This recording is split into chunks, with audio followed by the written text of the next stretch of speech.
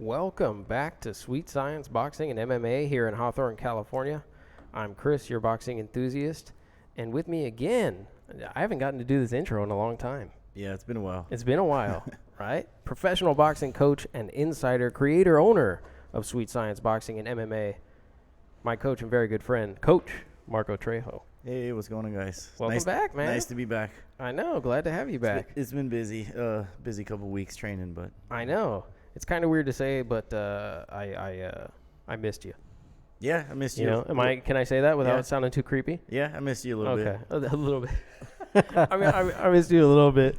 But hey, I was watching all the shows, and they've been really good. I enjoy watching you and Stacks have your differences of opinion.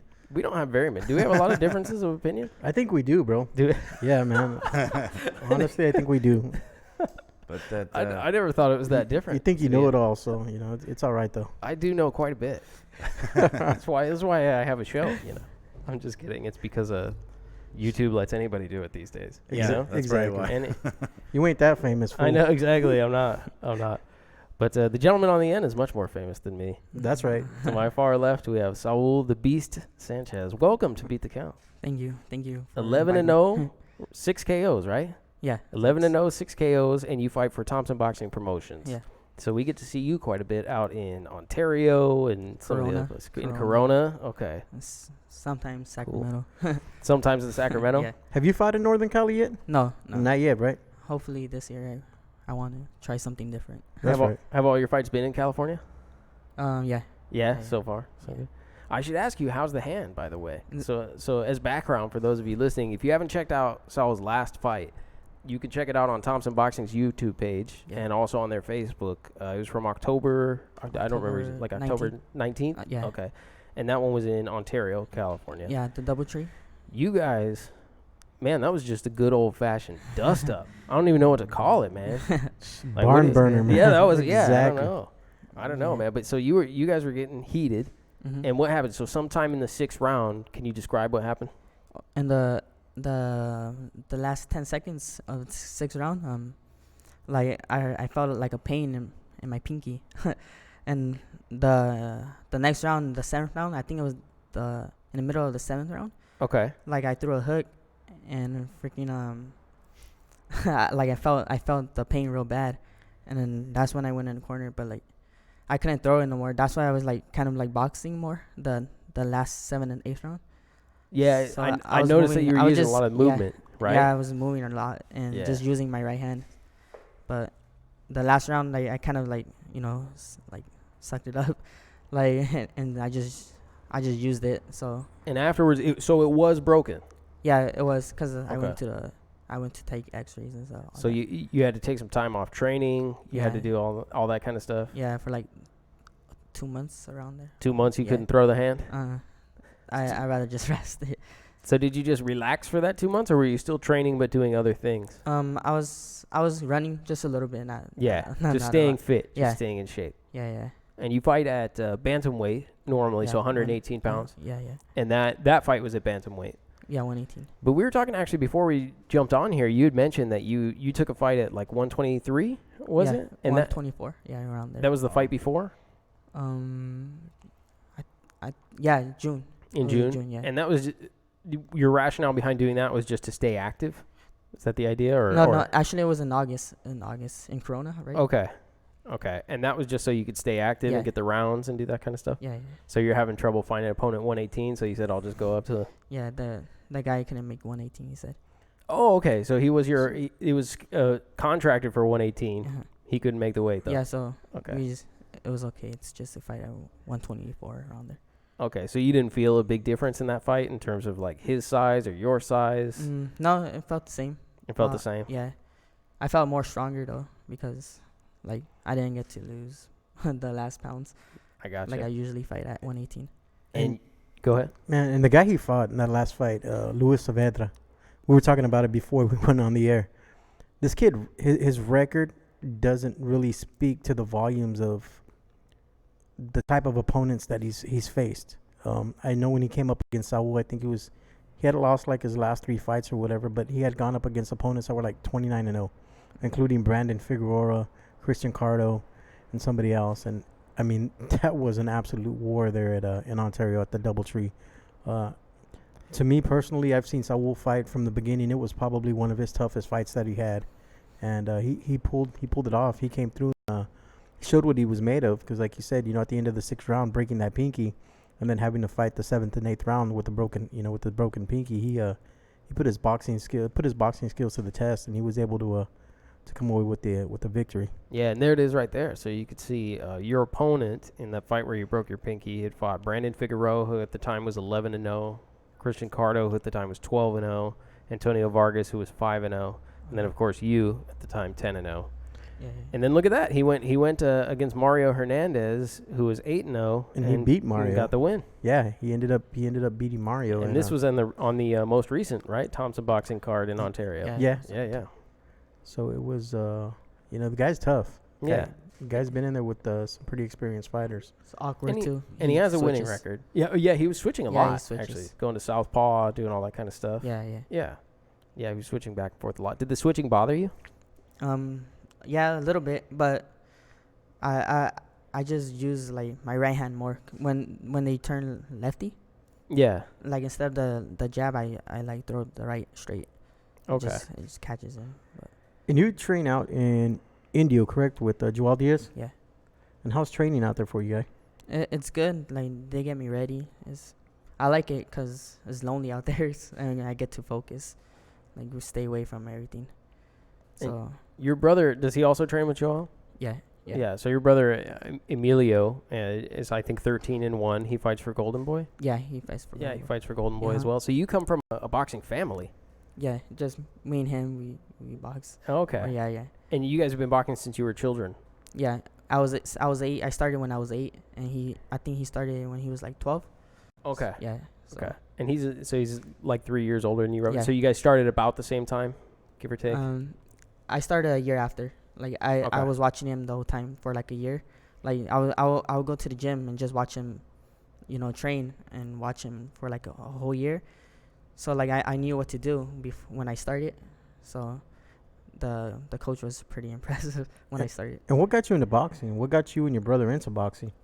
My brother, it was a program in Jeopardy. So it's like for how you say it, to keep them out of the streets. Yeah, so for youth, basically for yeah. youths who are, So my brother joined it. So how you say he just joined it. My dad wanted him to box. So and he was always like not getting in trouble, but like he would have some like anger issues, I guess. Yeah, gotcha. So like they so just this was anger management class. Yeah. So, but he started boxing and then he was doing pretty good and then he started like calming down. So yeah. It was a way for him to channel his anger, put it into boxing. Yeah. And it's actually worked out really good, with both of you guys being signed by major promotional companies. That little program did something right for you guys. Yeah, it helped a lot. Because you guys are both from Pacoima, right? Yeah. How was it growing up out there, man? A lot of gang issues and stuff growing up in Pacoima? Yeah, a lot of gangs around, drugs, everything. So it's pretty hard. That's why the gym is useful. You know what I mean? I actually hear that a lot, about a lot of different areas like that. Or we've heard on this show a number of times fighters talk about how they were in youth programs or some type of program that was really meant for, getting people out of the environment of gangs and different things like that. Boxing's good for that, man. It is. Sports is good for that. It is. It really is. It teaches them self-discipline. It gives them an opportunity to be off the streets and, stay away.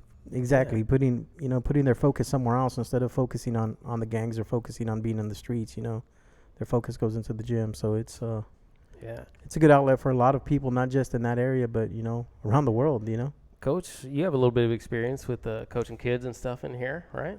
Yeah, absolutely. Well, I feel like the boxing gym is an asset to the community and the best friend for the police department, because it just keeps kids busy and doing something constructive instead of destructive. Exactly. So I don't know, it's a great thing. You end up meeting a lot of people in the community. If you have a good program, parents just hear about you and want to bring their kids, especially if they're troublemakers, Yeah. And the kids have lots of energy, so what better way than get them into boxing? Yeah. And speaking of which, one of your troublemakers had some success here this past weekend. Yeah, actually, his name's Joey Abudi. I think we talked about him. We've talked about him on the show before. Yeah. Yeah, and he's been in the gym for maybe 18 months. He's got 19 fights now, and he just won Golden Gloves, open class at 132 pounds, which was the Southern California tournament. So he advances to the state final, which will be next month. But yeah, he was. His parents brought him in. They said he's being a pain in the ass. You know, he's a teenager, and Yeah. You know how teenagers can be, if you remember what. Not yet, what I don't. like. Oh yeah. I remember what it was like. Yeah. I mean, I was terrible as a teenager, so. I was all right. You know, he was hanging around with a bad crowd and just I don't know, just not really doing anything. And they brought him here and said, do something with him. And the kid's got a lot of energy, so yeah, he channeled it all into training hard, and now he's a Golden Glove champ, so it's great. I was telling these guys before you got here that I feel better about getting beat up by Joey now. Dude, he's awesome, man. I started putting him in with pros maybe about his 8th fight. Yeah. And he can hang with just about anybody. Sure. So. Excuse my choice of words, but Joey kicked my ass a little bit. You know what I mean? Yeah. Just a little bit. Yeah, but he's a good kid. So but it's all I'm right. real proud of him. How much of an amateur career did you have? Yeah, So- I had good question. 110 around there. 110 fights? The tournaments I won like the local tournaments. Like I couldn't travel because money wise. Yeah. Yeah. So like I couldn't really go to the Silver Gloves Nationals or the Junior Olympics and all that. So I gave it to the runner up. Yeah, but still it was a decent amateur career in the sense that you had a lot of fights and you got a lot of experience from the amateurs and going in. You know, the good thing is that, fighting amateurs out here in Southern California, you're still going to see some of the best of the best. Yeah. Even though you're not able to travel, a lot of the top fighters are coming from Southern California. Yeah, I'm sure that some of the other big metropolitan areas like New York, Chicago, Dallas, they have their fair share of boxers. But, I mean, basically Southern California is a hub. There's thousands of kids that are amateur fighters. So I'm sure you've seen, some of these local tournaments, some really good experienced fighters. And, like I said, it paid off because not a lot of amateurs turn pro with the success that you and your brother had. So, What weight class did you fight in the amateurs? 114. Yeah. Oh wow. Oh, so you're not very far from where you fought as an amateur in terms of weight and stuff like that. Same. You kept it off. So you don't have a problem making weight at all at 118? It's starting to get pretty hard. Okay. So And you're 21 now? Yeah. Yeah, 21. Okay. Yeah. So it's starting to get a little bit more difficult to make 118. Yeah. My last fight was pretty hard. It was like I had to lose 2 pounds the day of the weigh-ins. Oh, really? Yeah. And How did you do that? I ran for I woke up around 121, I think.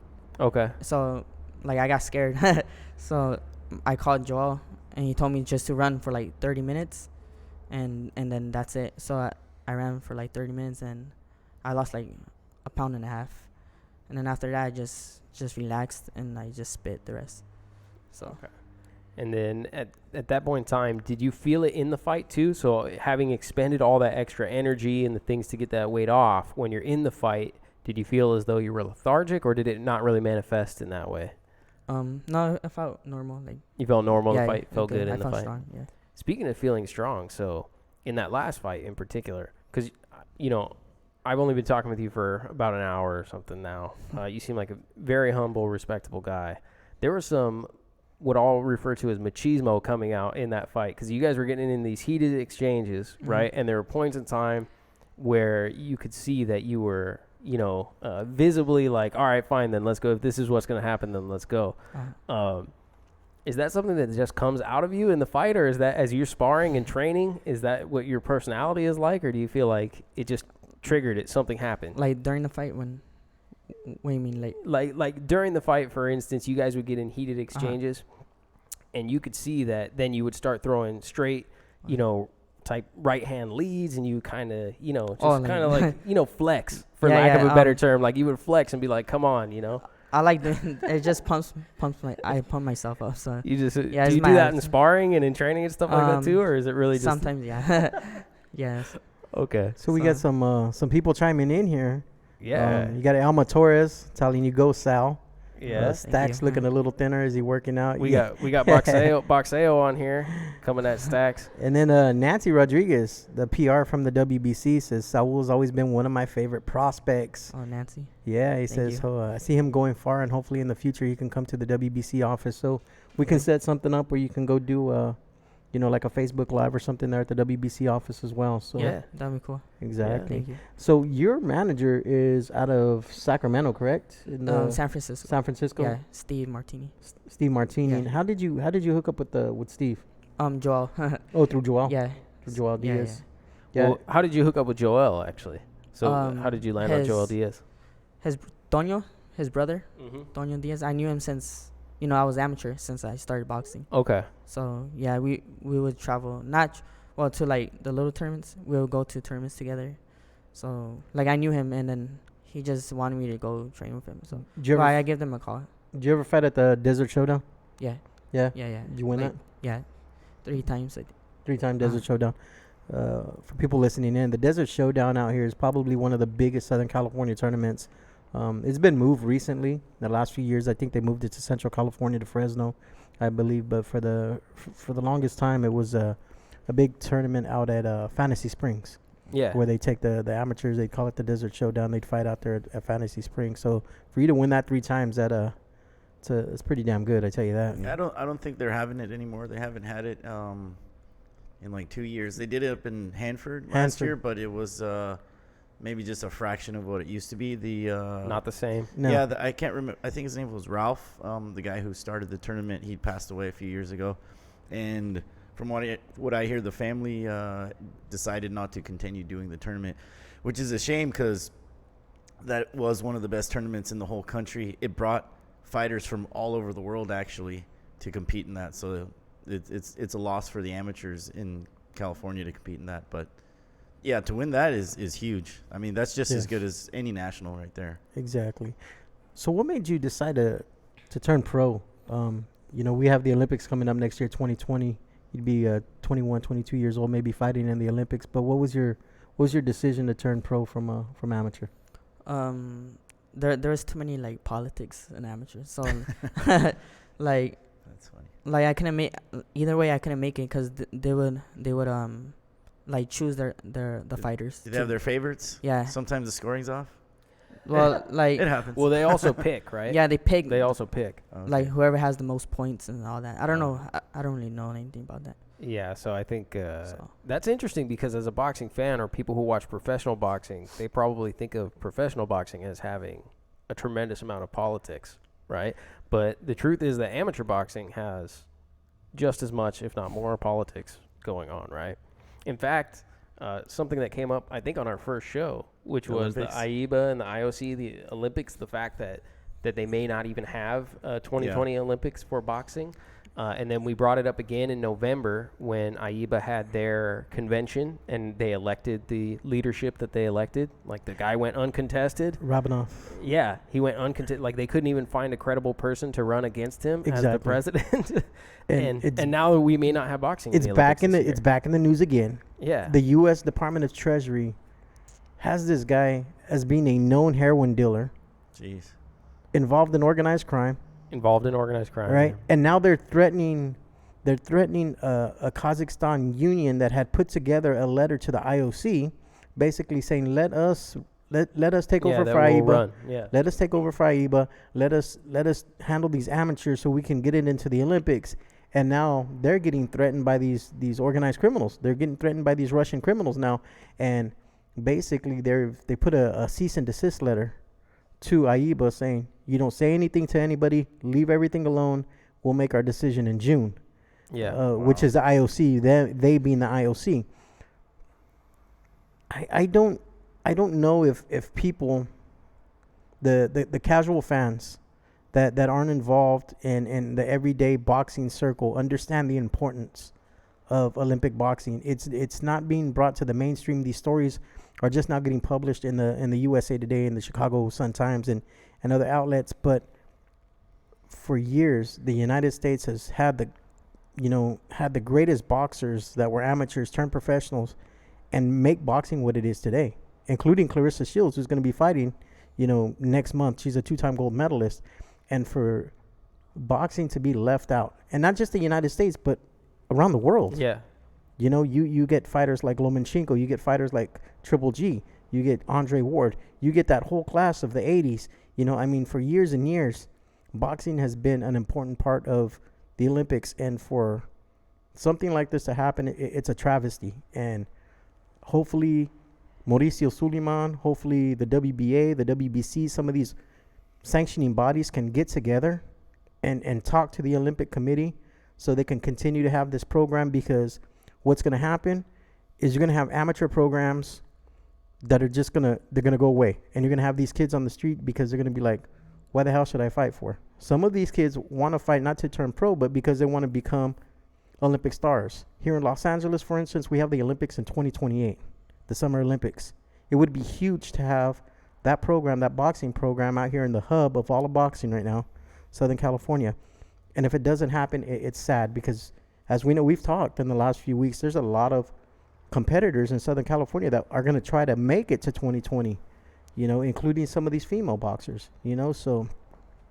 Yeah, I think one of the things that I commented on this, and I still don't understand, and I referred to it, Coach, when you and I talked about it before, as a game of chicken between AIBA and the IOC. Yeah. And I just don't see how they benefit from it. That's the biggest thing that I don't understand is what does AIBA gain by insisting on this current leadership regime, so much so that it results in a loss of boxing as a sport in the Olympics? How do they benefit from that? Like, I don't understand. Like, who? It's like cui bono. You know what I mean? I don't get it. I tell you what happened. This happened before their latest leader had been voted in for AIBA. They had a war basically with the sanctioning bodies a few years back, where they wanted to allow professionals, and they got their way to allow professionals into boxing. They wanted to create tournaments that they were going to get paid for. Yeah. AIBA was going to get the money. Basically, they want to turn themselves into a sanctioning body. Well, isn't WSB AIBA run? The World Series of Boxing was AIBA run. Yeah. Yeah. And it's a qualifier. That is a legit qualifier. It was a now. qualifier. Oh, okay. Yeah. So they count it as a qualifier now. So that's where they get off coming. They want to create these shows, and they want to basically turn a nonprofit into a profit and have these guys start bringing in money for themselves. And Nancy, we should speak more in depth about this. Even if we had to set up a mobile podcast from the WBC office, next time Mauricio's in LA, let us know. We can meet up with him and get his thoughts on it. Because whatever we can do as a boxing community to keep this sport in the Olympics, we need to do it. Yeah, I agree. Well, that's a bigger issue too with amateur fighting and then Olympics. Amateur fighters don't get paid, yet there's a lot of money being made off of their competition. So this is the whole college football conversation, yeah, right? Exactly. Yeah. So I think that has a lot to do with the motivation for AIBA to try to kind of like strong arm their way into whatever direction they want to go.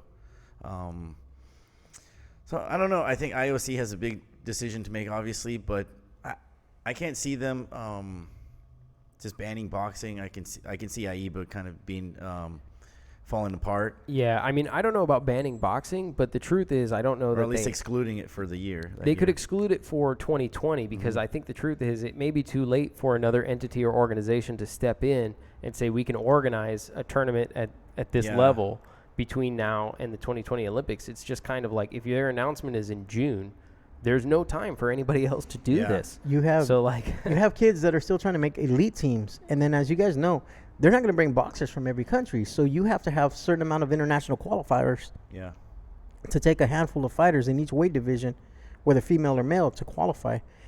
And like Sean's saying, I don't know if there's enough time. Yeah, like it's at risk for 2020. It's a lot of work to put those qualifiers together in different countries. Yeah, so even if they're going to decide to go a different route and the IOC says, no, we don't any longer recognize AIBA as an international authority for boxing, there's just not enough time for another entity to step in and take over for 2020. I mean, the only way maybe is if a sanctioning body, a professional sanctioning body, but then you have a conflict of interest between the pros and the amateurs. Yeah. I think I read somewhere that in some cases like this in other sports, that have been in the situation with the Olympics, the IOC takes over in the interim for that year, because they have the resources, so maybe that's what's going to happen. Yeah, because I mean, and that might be better, because think about it. Even if AIBA was able to get their act together, remember that this whole thing started because of a substantial amount of corruption in the 2016 Olympics, right? So every official that participated in the 2016 Olympics in Rio was under investigation. Every single one went under investigation. So you had Michael Conlon pissed off. That's when he flipped him off, right? Flipped him off. It may be better. It may actually be better if AIBA was not involved, particularly if they're going to insist on not making regime changes after that kind of. And this isn't anything new for the IOC. For the IOC to be starting this shit now with the AIBA, this should have been handled a long time ago. They did, though. 88. They had a Korean fighter that lost and sat and threw a fit. I think he fought somebody from Norway, and he had knocked the guy from Norway down twice and lost the 3-round decision, and sat and pouted in the ring for 64 minutes. Yeah. So guess who fights next? Roy Jones Jr. against a Korean. Oh. Wow. Roy Jones absolutely smoked this cat. Outpunched him like 30-3 on landed punches per round. I think he had outlanded him like 212 punches to like 16 or 17, right? And they gave the Korean the decision. All right. So yeah, it's worse. It's worse than the NBA playoffs. I know. We got off on a crazy tangent here. Yeah. Let me catch us back up on this this live chat. So a couple things. Jesse Sanchez says, Team Sanchez, the beast. Who's next? Love you, little bro. So we'll definitely get to that. And then real quick, let me just knock out all these comments. So Nancy agrees with you. We should set up a WBC type call. And Camila says hi to Coach Marco. Oh, hey, what's up? Yeah. So let's get back to and your brother says, what's up, man? Your brother Emilio says, Saul. What's up? Yeah. So yeah, Emilio just jumped on Saul. That's the other thing is I noticed that everybody do you go by Sal or Saul? Should I be calling you both. Sal? Yeah, Both? Yeah, Okay, all right. I just noticed that they call you Sal on the broadcast most of the time. Sal. Did we ask when his next fight is? When's your next fight, Sal? This is where the comment comes from. So Jesse Rodriguez says, when are we going to get you back? It's gonna be in May 10th. May 10th. Yeah, And do you know the opponent yet, or are you still waiting for that? I forgot his name. It's his last name is Benavides. But I forgot his David Benavides, bro? No. That's a big jump in weight. yeah, that's a big weight class jump. So I heard it might be for a regional title as well. Yeah, it might be. That's what a little They're birdie working told on me. it. Yeah, Yeah. maybe, huh? Hopefully it can work out for you. So if you're listening, Thompson, man, this kid deserves a regional title. Alex, it ain't him talking, it's me talking. So Campanovo, do what you got to do and get Saul a chance to fight for a regional title. Isn't this tampering in some way? No, I'm just messing. It ain't tampering. I'm pretty sure what's going on here isn't legal. I'll just mess with you, bro. No. Tiny Val jumped on and said they're proud of you, Sal, and Emilio Sanchez said Brandon. Is that the name of the fighter? Brandon Benavides, huh? Brandon I Benavides. have to look this cat up. Yeah, that guy. Yeah, He here, I sounds can pull it mean. up over here. He sounds mean. He sounds mean. He says No, Saul says, yeah, that guy. Benavides. Yeah. If you get a Mexican cat named Brandon, that doesn't sound mean, bro. I'm sorry. What's that is guy. the Benavides name? That's what. Maybe I spelled it wrong because I didn't Could be find their him on cousin. Box, right? You never know. Yeah, it could be. Yeah, there's no results found. Yeah. on Okay. I Brandon. thought it was me. I thought maybe I spelled it wrong. Or So I don't something know. Like that. We'll figure it out. Facebook. Oh, Sal man. should come to the Boxing Fan Expo. He's on Facebook. He's on Facebook. Oh, okay. Brandon's on Facebook. We'll have to look him up on Facebook. Is Couldn't it? Hey, Emilio, if you're listening, and is it If you're listening, you think he's just yeah, on the no, chat no, but yeah, not listening? No, yeah, is it Cesar Garcia's fighter? Brandon Valdez? Oh man. Is it Brandon Valdez? Okay. Emilio said he can't find him on YouTube or BoxRec either. Okay. Neither am I. Must be a different Brandon. name. Yeah, I was gonna say. Yeah. Hopefully, it's not Brandon Valdez. Valdez looks a little bit big for you, Brandon Which one? Valdez. Brandon Valdez, a Nicaraguan kid that trains at Legends. Cesar Garcia's fighter. He's fought 1 or 2 times. Yeah, Thompson. I sparred him like Yeah, last month. I was 3 gonna weeks say. ago. Oh really? How did that go? Good. Yeah. sparring? You see that? Yeah, he's fighting. I think in Covina. He's not scared. No, and I'm not saying he's scared. I'm just saying Brandon looks a little bit bigger than Sal. Yeah. Yeah. But remember, he fought at 123. Said he felt powerful. He's good. So this guy was like, right now was like the same way Joseph was. Yeah, So- Joseph Landeros. So you're gonna take some body shots from this kid today?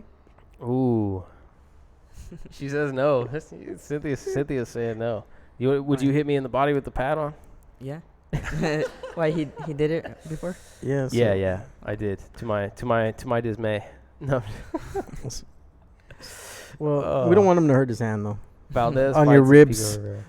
Iconic jumped on. What's up, Iconic? They What's- said Valdez fights in Pico Rivera. What's up, Iconic? I know. I'd feel so bad. Can you imagine if Joseph broke his hand and wasn't able to fight or something? Yeah. Because like you, for instance, you don't have the hand wraps and all this kind of stuff. So I get nervous about what if you catch an elbow or? Fool, you just get nervous. You just don't want to get hit. That's Oh getting man, nervous. I've been beat up plenty of times. I've been around this game. I've been beat up just as much as I've won. Coach can attest to it. I beat you up once. Coach beat me up more than once, probably. Oh man, Amia, look under Sweet Science Boxing. Iconic Apparel, April 6th. April 6th. That's He said, he said Valdez fights in Pico Rivera on Yeah. April 6th. That's the Red Boxing card, right? Red Yeah. Boxing Promotions. Red Boxing. Yeah, that's what it's called, right? Yeah. Red Boxing. Yeah. You gonna announce those fights? The Red Boxing fights? Yeah. You- Probably not. You and your buddies from last week? Oh, those are the All-Star fights. Oh, okay. Those are the All-Star I fights. think it was one of those promotions They in did. East They, LA. they let me on the table for like 2 fights last time. Do you believe that? Yeah. You actually sounded like 100 times better than they did as well, man. They should just like hire you. Doesn't your uncle do the announcing? So Yeah. I'm sure you can take their gig from them, bro. Seriously. I just want you to know they're going to listen to this. Let 'em. Making friends fast, huh? Oh man. Well, he's Stag- a, he didn't look, want he's- the he didn't want the smoke. You notice he didn't show up for last episode when those guys were on here. I seen 3 other Mexicans. I went to TJ and hit, bro. Oh man. Hey, so does real quick, kind of off topic, on topic. Red Promotions, they're kind of a new company, right? Relatively new. I've watched a couple of their things. They also procured GBO, right? Yeah. So they have What the hell is GBO? it's a It's sanctioning it's body. the Global Boxing Organization. Yeah, it's a Jesus Christ. basically like a regional sanctioning body. It's global, but most of their champs are in SoCal. Yeah, it's I call it regional. It says global, but it really is regional. But you have to understand that every sanctioning body starts off as not being respected. Could we? Just another one to add to the list, I guess. Yeah, right? okay. Yeah, you have to build up credibility over time. Tell us a joke, Sal. Yeah, Emilio said tell a joke. Tell us a joke, man. Go for it, man. Go You're for it. Tell good. us a joke.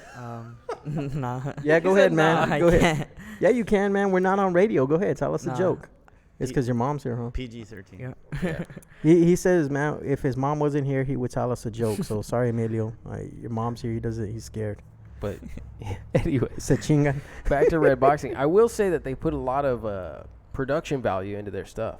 Yeah. I don't know if you I haven't noticed gone that. to a show yet. No, not necessarily the shows, but like if you look at their Instagram and the types of things they do, they put a lot of production value into it. And their owner, his name is Ray, and I believe he's involved in media in Yeah, some I've heard way. a lot about him. That he's a music guy from the He's like from the like Philippines. a music mogul. So I think he gets. I think he produced Pacquiao's last album or something. like that. That's a possibility. Is it like a Christmas album or Maybe. something? But like, I mean, they have like if you look, I saw recently they were doing like fighter profile photo shoots, and they had a former guest of ours, Luis Mejia, out there doing photo shoots, and they set up the whole thing and Well, I know were, he's doing all that stuff. He's managing. I think they've got the. What's it? Ray Perez, is that his name? Yeah, Ray Perez. And he fought that his last fight. He got skunked against what is the guy's name? I think he's. Look it up. I don't know Box which one you're Rec. talking about. You want me to But, look up Ray uh, Perez? He lost at Fantasy Springs, right? No. Yeah. Maybe. Man, what's the guy's name? He's a hell of a good fighter. I think he's 15-0. There's like 500 it's million Ray that Perez. it's that first one, bro. Okay. I was like, I don't know how many Yeah, Ray Perez. and there right- are. Yeah, I can't say his name. Was it George? Gambosos. Yeah. Cambosos. Yeah, Yeah, I think it's but George Cambosos. What I love about this guy was he was talking shit about Ryan Garcia and trying to get a fight with him, claiming that they're ducking him and all kinds of stuff. That's like and the he was thing to do. And he was no, but it was actually he was putting it on his Instagram and Red Promotions was as well, Yeah. and calling out Golden Boy to to get the fight, and they were insulting Golden Boy, calling him Golden Girl and this and that, and Oh, and geez. actually it got a reply from the matchmaker from Golden I Boy. saw that. I did see that. And they were like, yeah, after we take care of this Kambosos, we're gonna come after you, Ryan. And man, this guy just got his ass kicked by it. So I watched the fight very intently to see like, Well, look at those names. because I think he's Ray Perez he had a is- couple good wins, but He's a Golden Boy stepping stone. Look at that. Lamont Yeah. Roach is Golden Boy. Chimpas Gonzalez, well, he beat Chimpas. Oscar Duarte, he's one of your guys, one of your stablemates out there with Joel. Yeah. Then he got knocked out by Chimpas. So he had beat actually he beat Chimpas twice. Once by unanimous decision, then knocked out Chimpas. yeah. But yeah. But yeah, it was very karmic. He was talking a bunch of crap, and I do remember seeing that Remember now. that? That was a Yeah, good yeah. one. So when I hear about Red Promotions, that's what I think about. You Is think their about this guy? their main guy right there? So I was just talking about their production value. yeah, I'm just saying they put a lot of effort into. Like Thompson actually. Thompson puts a lot of production value into their stuff. Like when you look at a Thompson Boxing show on Facebook or something like that, they do a really good job. You know, I think they're using better cameras sometimes than some of the bigger I names. know, like actually. I'm always impressed by the it's production quality. value in Thompson stuff. Yeah, And then they absolutely. just hired Dougie Fisher. So Yeah, Doug Fisher. because Steve came with the ESPN, so now they got Dougie out there. yeah, Because he used to be Beto and Steve Kim. Yeah, him and Steve out there. Yeah. Because Beto? Dougie also does 360 promotions, right? Yeah, I Yeah, believe so. he does. Yeah, and you know what? Actually, Thompson's is better than 360 Promotions. I've watched these Thompson events. I've gone back and watched them online, and they do a better job than the 360 promotion as far as like the Facebook and as far as the camera work goes and whatnot. Because I actually watched one of your fighters. I seen you on one of those 360. Yeah, cards. man. Was it, You're on the last one, and you're gonna be on the next one too, right? Yeah, he's in Sal's weight class. Is it? I want to Uh-oh, ask Sal uh-oh. if we can get sparring, but he's got a ways to go before he can get up there. Before he can What's get your up there, fighter? Sal. George, right? He's talking about his fighter, not Yeah, you. George Navarro. George Navarro, and he was just at the WBC office, right? Yeah, Over this past week. yeah. Yeah, I saw that talking on with Nancy. Facebook. Yeah, right? we have Yeah. March 24th is the next 360 promotions card, so I got to find. Well, we've been getting some sparring, but I'm trying to get some better sparring, and who better to go with than Sal? 11-0, right? No wonder you wanted to be on this episode. Yeah, all of a sudden. Suddenly he shows up for an episode. No, I'm just kidding. Hey, that's how you get better. You gotta spar against the best. You know? So they say say, you can right. talk like SpongeBob. Oh. Jesse, Tell him to talk like Sponge. Tell him to Jesse said talk tell like him to- SpongeBob. And Letty S jumped on and says Sal. And also Renee Box Young says shout outs from Mexico, famo. Renee Box Young? I don't know. Oh, She got fans in Mexico, man. You got fans all over, man. over the world, bro. So what's Thank up with you. this SpongeBob thing? No, I'm just I don't know. They're dumb. They told him to talk like SpongeBob. There's two. So, like, Uh-huh. at some of the fights, man, I see your mom there. I see your dad there. You got a lot of family. You got a lot of people from Pacoima. It seems like half of Pacoima shows up when you and your brother fight, man. I mean, Cynthia takes pictures. It's like the family picture. And she takes, and it's like she's stepping all the way back because there's like 100 fans there, just family. What is it like, though, man, for you when you have to sit there and watch your brother fight, man? And do you It's just more nervous. you I just get more feel like when nervous. you want to jump in the ring and help him? Yeah, I get more nervous when I fight. Like when he fights, I get more nervous. Than when you Yeah, fight? yeah. That's So that's a it's good weird. question because I remember when I watched the Charlos and they fought on the same card, and my takeaway from that event was those guys shouldn't fight on the same card anymore. Because when the first one lost, the second one his head wasn't right. Yeah, exactly. You know what I mean? So like he went into the fight after that and his head wasn't right. Uh-huh. Oh man. They're saying Sal, do it. Make us. There's peer pressure all over this chat. Yeah, I just want you everybody's to know, saying, this like, whole chat. You is better not- talk like SpongeBob, This bro. whole I chat can't. is nothing but peer pressure to get you to talk like SpongeBob and tell jokes. But Man, nah. Are you This are you all- like a comedian or what? This must At my happen. house. happen often, even huh? even your mom is over here telling me that you do a really good SpongeBob. She's telling me that. I'm just Because like I seen you on your Facebook Live the other night. It's like 1 a.m. You're walking around Hollywood, bro, and it's just like, hey, dude, you want to come on my podcast? Sure. Is that how you got him on the podcast? Yeah, For man. real? Yeah, he was like just walking around Hollywood at 1 a.m. I was awake. Do you want to come on the show? Hey, you want to come on the show? Sure. This is when you're not watching DJ Olivia or something like that. Or DJ, what? I know how you do it at 1 a.m. Shit. Oh man.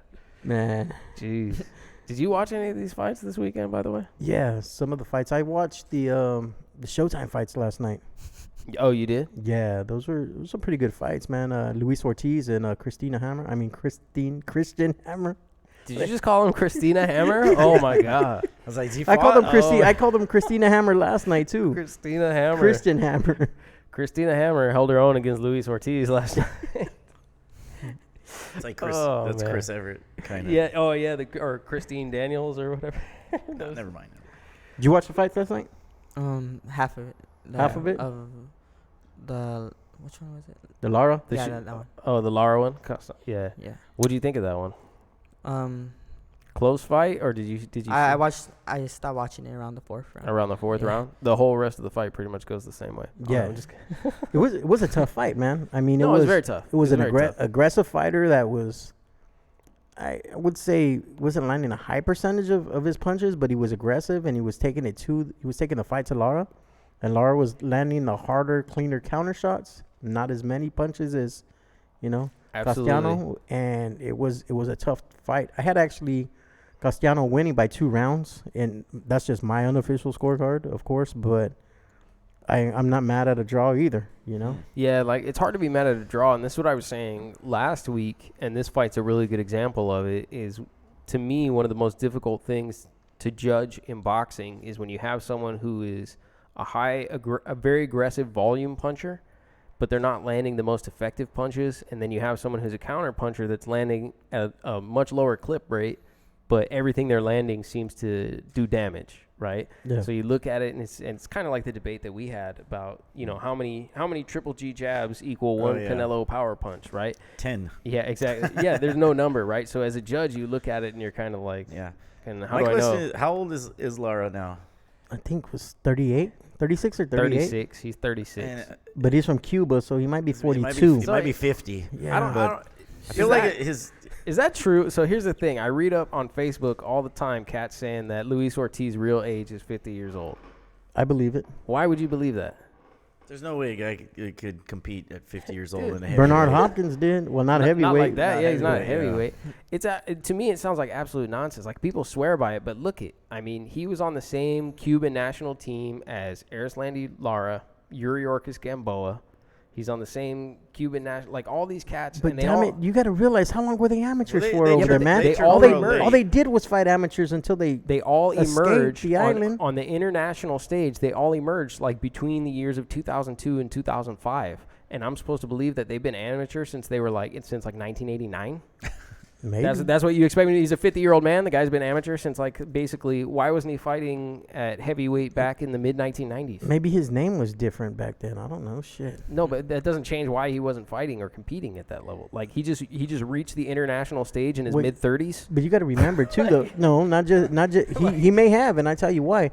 They may have had somebody better in that division, in the heavyweight division. You got to realize these Cubans weren't fighting professional; they were just fighting amateurs. I do realize that. So if there was an amateur fighter that was a better heavyweight than Luis Ortiz, then that fighter was getting the exposure, not Ortiz. So when this guy retires and Ortiz is 30 years old, then onto the stage he comes. You never know. Nah, I mean, there's video footage of him fighting in 2005. And does he look like a 34-year-old man in 2005? Like I don't know. I haven't seen that footage. He just looks old. He's not old. He doesn't even Who look knows? that old to me. Maybe. Like looks old. What he did? Like Well, he looked good last night, man. full, I mean, y'all think he dyes his hair? Does it come off on people's gloves and stuff like that? Like, nah, man. You can't wear white gloves against Luis Ortiz because you'll get his hair dye all up in your gloves and stuff. Who knows? He looked pretty good That's last not night. a 50-year-old man. He took a few good shots. I think he got dropped, but they never went back to the replay. I know his gloves touched the ground in the second or the They third went back round. to the replay. Yeah, but they kept showing the glove touching. They didn't show the actual the following round they showed it. the punch. Was it a punch? Because Paulie Malignaggi complained about it and Yeah. said that you can't make anything out of that replay. Just so the gloves touching. They went back to it the following round. It was actually a really solid headbutt. Yeah, it was like a solid headbutt that he took and straight down. Favorite heavyweight right now? Emilio Sanchez. Who's your guys' favorite heavyweight of all time? Of all time or right like now, or what? active? Because those are different things, I think. Right for now. most of us. Man, my favorite heavyweight right now, he's not really fighting, but my favorite, just because he's my favorite, is LaRon Mitchell, because that dude's cool as hell. Okay. LaRon Mitchell, that's my favorite. Do you have a favorite heavyweight right now, Coach? Tyson Fury. I'm going Gypsy King. I'm he- right there with you. Because he looks like an average fat guy. that could kick your ass. You know why? It's just because I'm done underestimating Tyson Fury. That's why. Because like I've been very critical of him. I didn't pick him to win virtually any fight that he's ever been in for some reason, and he keeps proving me wrong over and over. So I'm done underestimating him. Tyson Fury's. But the best heavyweight I think right now is Joshua. Yeah, I'm kind of torn. No doubt, bro. Yeah, I'm kind of torn between. I like the Emilio. personality that Fury has, but Joshua's got the goods, man. And then he conducts himself very professionally, and I'm a bigger fan of him now. The way Big Baby was pushing him, and he was just kept it cool. He did keep it real cool, didn't he? Yeah. He was That's smooth. that's how a killer does it. He don't need to announce it. He just smooth. He just got to look at you and just keep it inside. And then once the bell rings, then it's time to go to work. And now you got big news too in the heavyweight division. Now that Fury signed with ESPN, the fight with Wilder's off. Yeah. So that means Dominic Breazeale, instead of having to fight Dillian White, is going to get his chance at a heavyweight title. So you have Dominic Breazeale going up against Wilder. Yeah, and I've seen big improvement in Brazil from when he fought Joshua. So I'm real interested in seeing how he conducts himself on his next shot. Yeah. I think he might pull it through. I think he can do it. One of our past guests, what is it? What's that? Rosario, Edwin Rosario. Yeah, Edwin Rosario. He Is does the his- recovery specialist for Dominic Breazeale. Yeah. So shout out to Rosario. Yeah, to Edwin Rosario. But to be fair, the fight's not off. It was just never on. Right? Like Which one? the Wilder and like the rematch. We all just Well- assumed the rematch was going to happen. It didn't happen. It's not off. They- It's not like they were announced contracted. it. The or something. WBC Yeah, they had said announced that they had mandatoried it, and Yeah, but that doesn't make a fight on. Well, Fury didn't want it. Fury didn't want that mandatory rematch because The WBC mandating a rematch does not make the fight on. Contracts make the fight on. Yeah, like people have to sign on the dotted line. I get what you're saying, but Yeah, it yeah. was going to happen. It would have happened if he wouldn't have signed. Yeah, So but I was saying last week. I mean, if this goes to purse bid, Frank Warren's not going to outbid Al Heyman in a purse bid, right? You never know. No, Frank Warren wouldn't, but Top Rank might. Top Rank might, and somebody That's what I else mean. might too, because of the fact I remember when Wilder was supposed to fight Povetkin, and that went to purse bid, and I think Heyman only bid like $300,000 on the fight, and some Russian cat bid like 1.4 million. Yeah, Right, to take the fight to Moscow, and Yeah. then Povetkin got popped, pissing dirty. yeah, exactly. So- But that's my point. Is now you got Top Rank backing you up. You could win a purse bid and get to pick all this stuff. So let me go to chat real quick. Who's your favorite? Oh Hold on, yeah, hold that's on. right. Who's your We didn't favorite get heavyweight? man? heavyweight? I never really watched the heavyweights, but the last fight of Tyson Fury, I like Look, when he got up, like Yeah. from that knockdown. here's what I want to say: the Sanchez So- brothers got my back on Tyson Fury because Emilio said, Emilio came on the chat and said Tyson Fury too. Yeah. Yeah, Man, he's Emilio, you he's need to hard get not on the like, show man. with us, Emilio. No. Chase Athletics, shout out to Chase Athletics. They said, good show, thanks. Ortiz is a solid contender, has nothing to lose, great technician. I also think Ortiz is underrated. I was crucified for making a comment on one episode that I thought that Luis Ortiz would be a Who challenge crucified for use. Just on Facebook. Oh, okay. I was just getting attacked on Facebook. Thought it might be Stacks. You Facebook trolls need to leave this guy alone, Yeah, man. but because I said, He's got feelings. I said Leave I it thought, alone. He I do. does. I have feeling. I'm a person. Because you know what? After the show, he goes and he cries in the car. So you guys need to leave him alone, please. Don't pick on him. I'm a person. Sean cries in the you know? car after the show. Leave him alone, man. I have feelings. No, but If you want to attack me, go ahead. I don't care. had said Luis Ortiz would be a challenge for Usyk in his first fight at heavyweight. That would be difficult, and some people said that was ridiculous. So That's actually a really good matchup because I thought so too. Usyk is faster. Yeah. He can Yeah. he'll move better, but he probably doesn't hit as hard.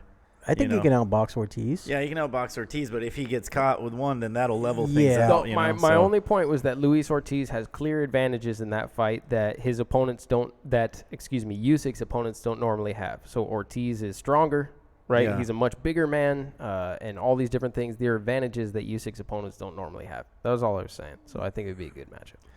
Well, there's no experts you can't compare your boxing opinion to that of Tell that to the people on Facebook. yeah, those fans on the outside. Yeah. these Facebook Yeah, fans, guys. bro, they Looking know at it, you man. guys. Somebody called me a casual the other day for for saying, how can you compare? There's a picture of Anthony Joshua and Muhammad Ali. Yeah. Like they have them side by side doing that iconic pose where he knocked out Liston. Yeah. And I said, oh, it's two. You can't compare the two. I was like, there's only one, the greatest. And the guy's like, oh, I don't know what he said, but he's like, you casuals are too funny. I'm like, casuals. I'm a casual? Holy You shit. casuals. You own a boxing Owns gym. the You boxing train gym. professional fighters. You have a kid that just won the gold. Golden Gloves, right? Yeah, The Southern yeah. California Golden Gloves, but you're a casual. Yeah, I'm like, damn, that Sounds about right. What does Sounds it take about not to be a casual, I know, exactly. You got to be the world champion. I know. The guy who said that probably just watches boxing from his couch all the time. Right? It's like one of those memes. Well, that's what I'm where saying. he's That's sitting an- in his that's an chonies wearing expert. like 300 pounds in the basement typing away. That's an expert, man. You know what? We should really stop criticizing the people who listen to this show. Just so you know, we love you guys all. Yeah. We love you all. Well, Don't listen to these guys. You guys make boxing what it is. You guys make it fun. If it wasn't for the trolls, it No, wouldn't they it do wouldn't ma- they it do wouldn't be make it so fun. fun. It wouldn't be so fun out there. All right. So here we go. We got Letty S. and Emilio asking us Spence or Garcia. So we already know Stack's answer, so we'll just go to him first. Man, I got Mikey Garcia. Of course he I does. got Mikey Garcia by decision. It might be. I think he's gonna do unanimous. I think it'll be a split decision at the end. I think he's a little bit technically better, and as long as he doesn't get caught or his chin can hang in there with Spence, he's gonna outbox him. I think he's gonna make it a dirty fight. I think he's gonna not allow Spence to extend his arms and his reach. He's gonna get in there. He's gonna get in and out, and when they do get inside to exchange, he's gonna tie Spence up a lot, pop him on the brakes, step out. I think he outpoints Spence. That's a specific. and Were you that's what I think. I think it's gonna happen, man. Did you hand this I fight know. plan to them? Did you give that to This them? is almost like a football game. Like you just gave him plays, and we're like, here you go, yeah, here's X's and O's. But no, I just think he has more experience. I think he's a little bit more technically sound. And like I was telling them last or a couple weeks ago, Spence has only fought like one round in the last year and a half. His last That's fight, true. his last fight only it didn't even go around. So he really is not getting that fight. He's not really fighting. So I just think Garcia beats him. Let's go to Saul. Do you have a stake in this game? Who do you think? Who would you bet on? Spence. You'd bet on Spence? Yeah. Okay. Why is it? Why do you think Spence would take it? What 'Cause advantages does he have? His height, I think he's gonna use his distance and box him. I think Mikey's gonna have trouble because he's southpaw, right? He's lefty. Spence. Ooh, Errol? Yeah. Is he? Yeah. Is Errol lefty? Yeah, I guess so.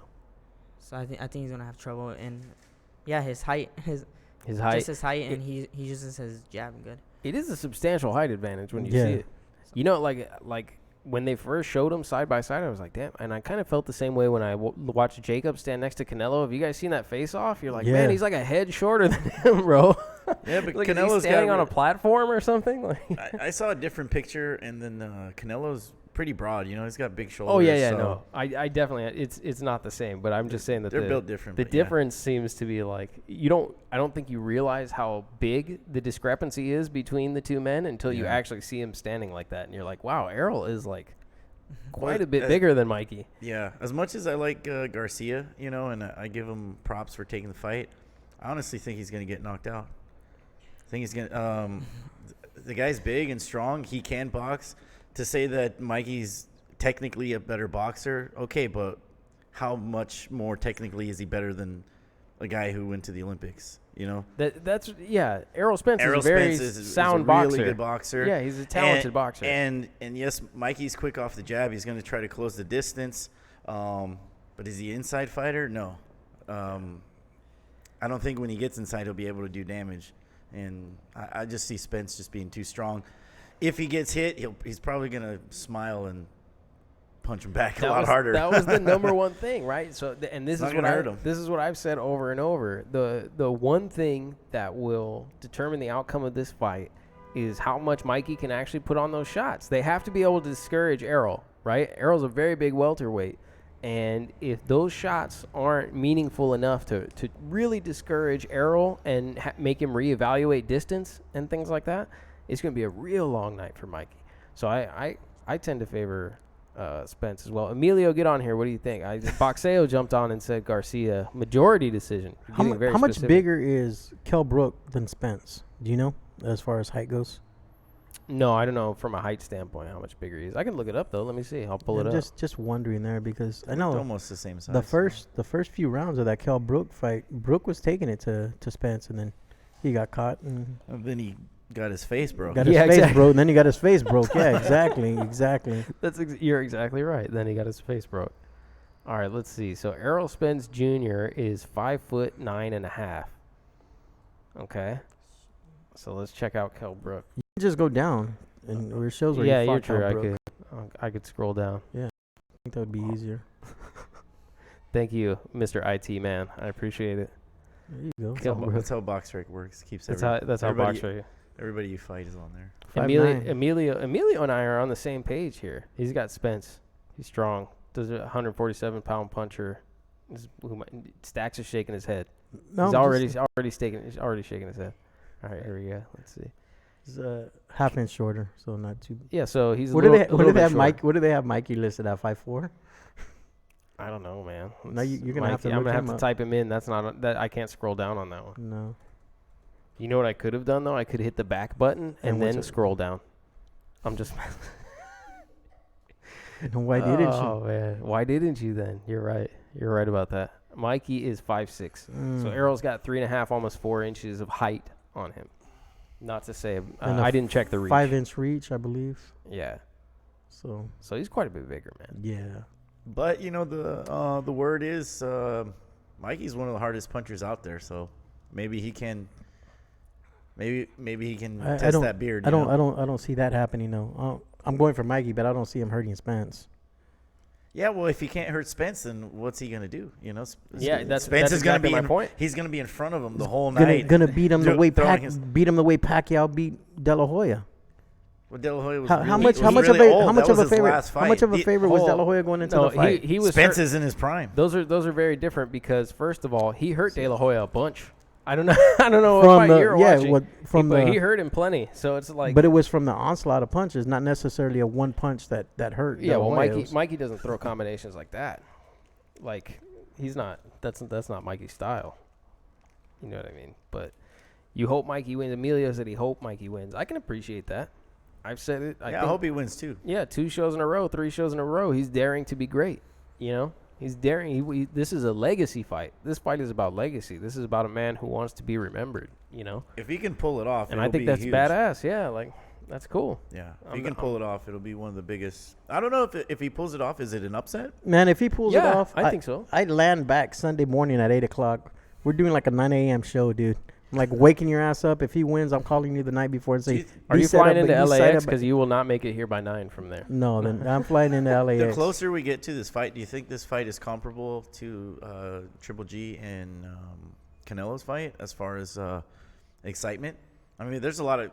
That was a questionable fight, right? They're both really evenly matched. I think these guys are evenly matched, even though the weight difference. Yeah, I don't think it's that size just because neither of those guys have that same kind of following. Like, I don't expect, for instance, I think Canelo put 50,000 people in there. I don't think that Errol and Mikey will be able to pull it like that. I don't even think it sells 250, maybe 250. I don't think it surpasses 500,000 on pay-per-view. What does Sal think? Sal said he took Errol. You know, Yeah. You're on my side, right? No. I I draw the lines and I put people on my side and Stack side, and normally they're on mine. You know. Well, I'm going for a Mikey, but Yeah, and that's the same thing. Yeah, like it'd be cool. I think it'd be really great for Mikey to win. it's gonna be hard. Chase Athletics jumped on. If Mikey wins, he becomes an instant mega star. But if he loses, Spence could do permanent damage. Yeah, I agree. That's true. I can see Huge whoever risk. wins. Huge Whoever wins risk. unifying the titles with Pacquiao. And whoever the winner's gonna get Pacquiao. I think they'll set that up. Is he all-time great if he wins? Who? Mikey? Yeah. 4 divisions.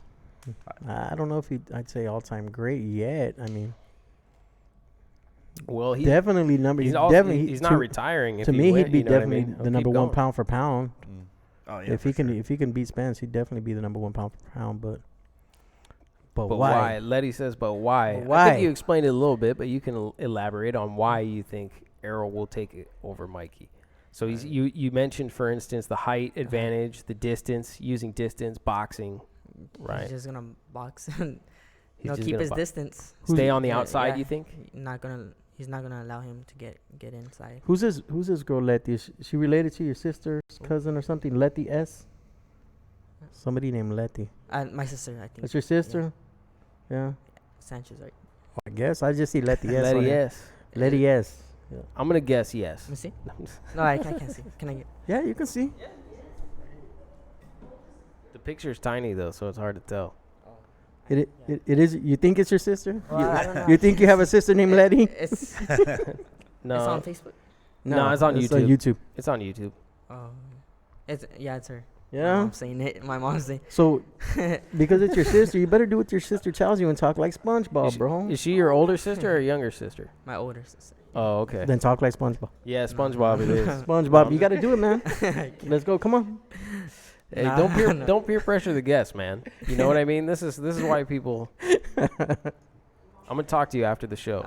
No, I'm just kidding. No. She confirmed that it's her, but if you were an imposter, you'd probably still say yes.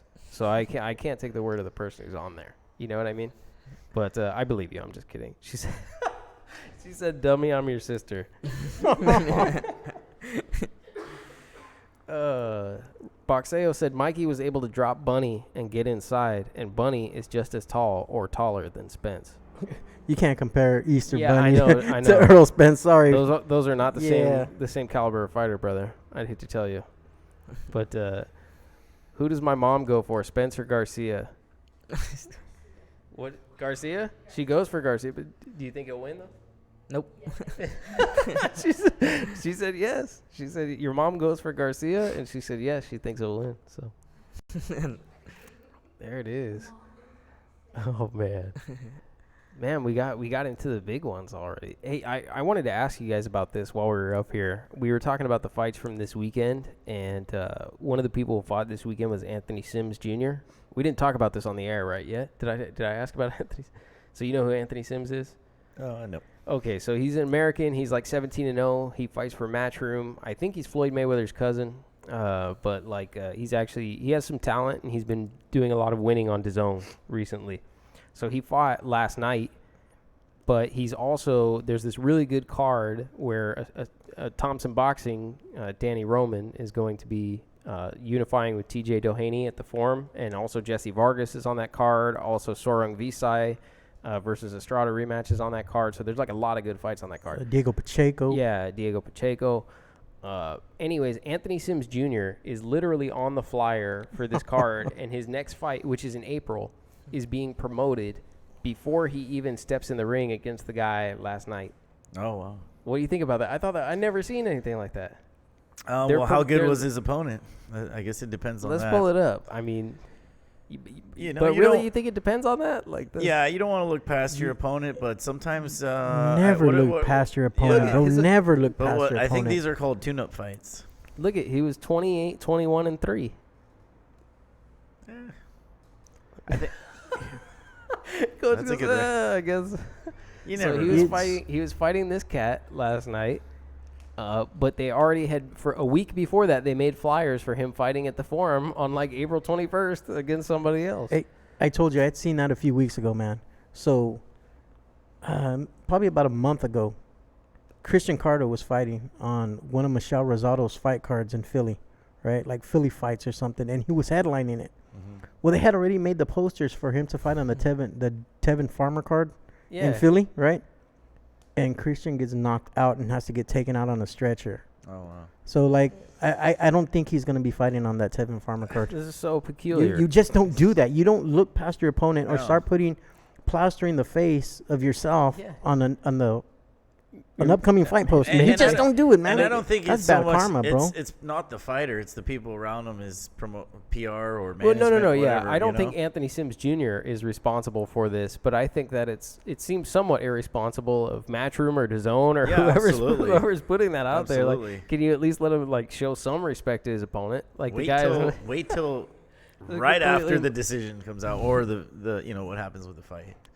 Yeah. Yeah, Sims hasn't really. Chase Athletics says Sims hasn't really found his weight class. He's trying to figure it out. I agree. Do you remember, I think Sims' last fight when Sergio Mora was talking shit? Yeah. And Sims came out of the ring and challenged him to a fight. I and thought told they him, were well, gonna me and make you that. could get into me and you can get in the ring and fight. That would have been interesting. That would have been real nice, bro. I mean, how, like, for you, for instance, Sal, when you're thinking of an opponent, how much are you focused on the future, or how this particular opponent will impact your future? Like, when you're hearing the scorecards and they're announcing that it's a majority decision, what's going through your head? Are you confident at that point, or are you concerned, or? I'm more like confident. Okay, in that last fight. My last fight, I was pretty like concerned. I was, not because it was close. Like Okay. more like some rounds were like close. So you felt like even. it was close while you were in there? I'm just in there for the fighting and shit. Yeah, that's true. But I felt like I was getting hit more than my other fights. So like Okay. I wasn't used to it. Yeah, but you also, I mean, you were landing a lot, Yeah. right? So there's kind of some mix of both. Hey, Yeah. what's up? There's a looky-loo going on. Sorry. Never experienced. The guy just pulled up to the window and stuck his face in. That was cool. Focus. I know. I'm Focus. sorry. I got distracted. I got easily Yeah, distracted so- from that.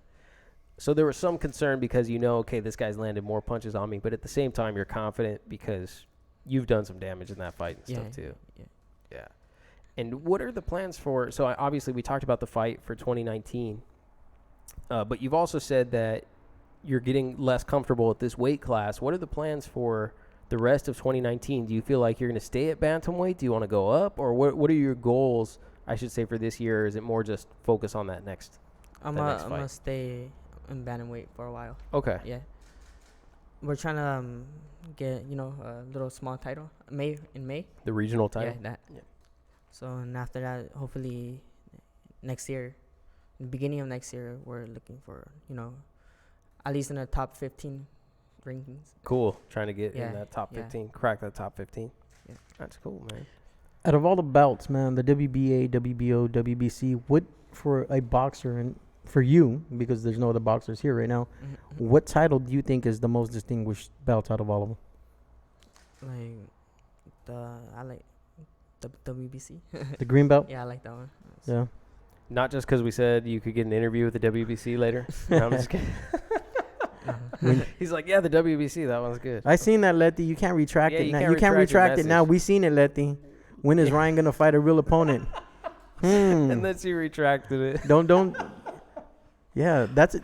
Honestly, Oh, Letty, man, that's why a you damn why you good put her on question. blast like that? That's a good question. You know, when someone retracts their message, it's probably because they don't want us to read it live on the Too air. late. I already read it. What is it? She deleted?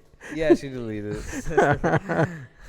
When is Ryan gonna fight a real opponent? What's a What- real opponent? Oh, Well, you no, know, man. you know what? I'm kind of tired of seeing Rolly just hype up the video that's been out for like 3 years The already. sparring video. Right. That shit happened when Ryan just turned pro. Yeah. You know, so like, Come on, man. yeah, get over it. do something else, man. Here's the thing, man. and make a If- name for yourself instead of It- living off the hype off this sparring session. I've seen so many sparring sessions between champs, between prospects. Everybody gets some. I mean, it goes back and forth. You know, I'm pretty sure Ryan had his moments too. He's not putting it out there. And, Like, and you understand, you of all people understand, it's sparring. It's Yeah. sparring. You know, Yeah, and sometimes one guy wants to work and the other guy thinks it's the world title. Yeah. You know, because it's the biggest thing for him. You know, so that's probably what it was for Rolly. But I don't know, man. Right, for me, I've always said Ryan's got he's a really good prospect. He's still got to develop. Golden Boy's got a lot of money into him. He's got a new trainer.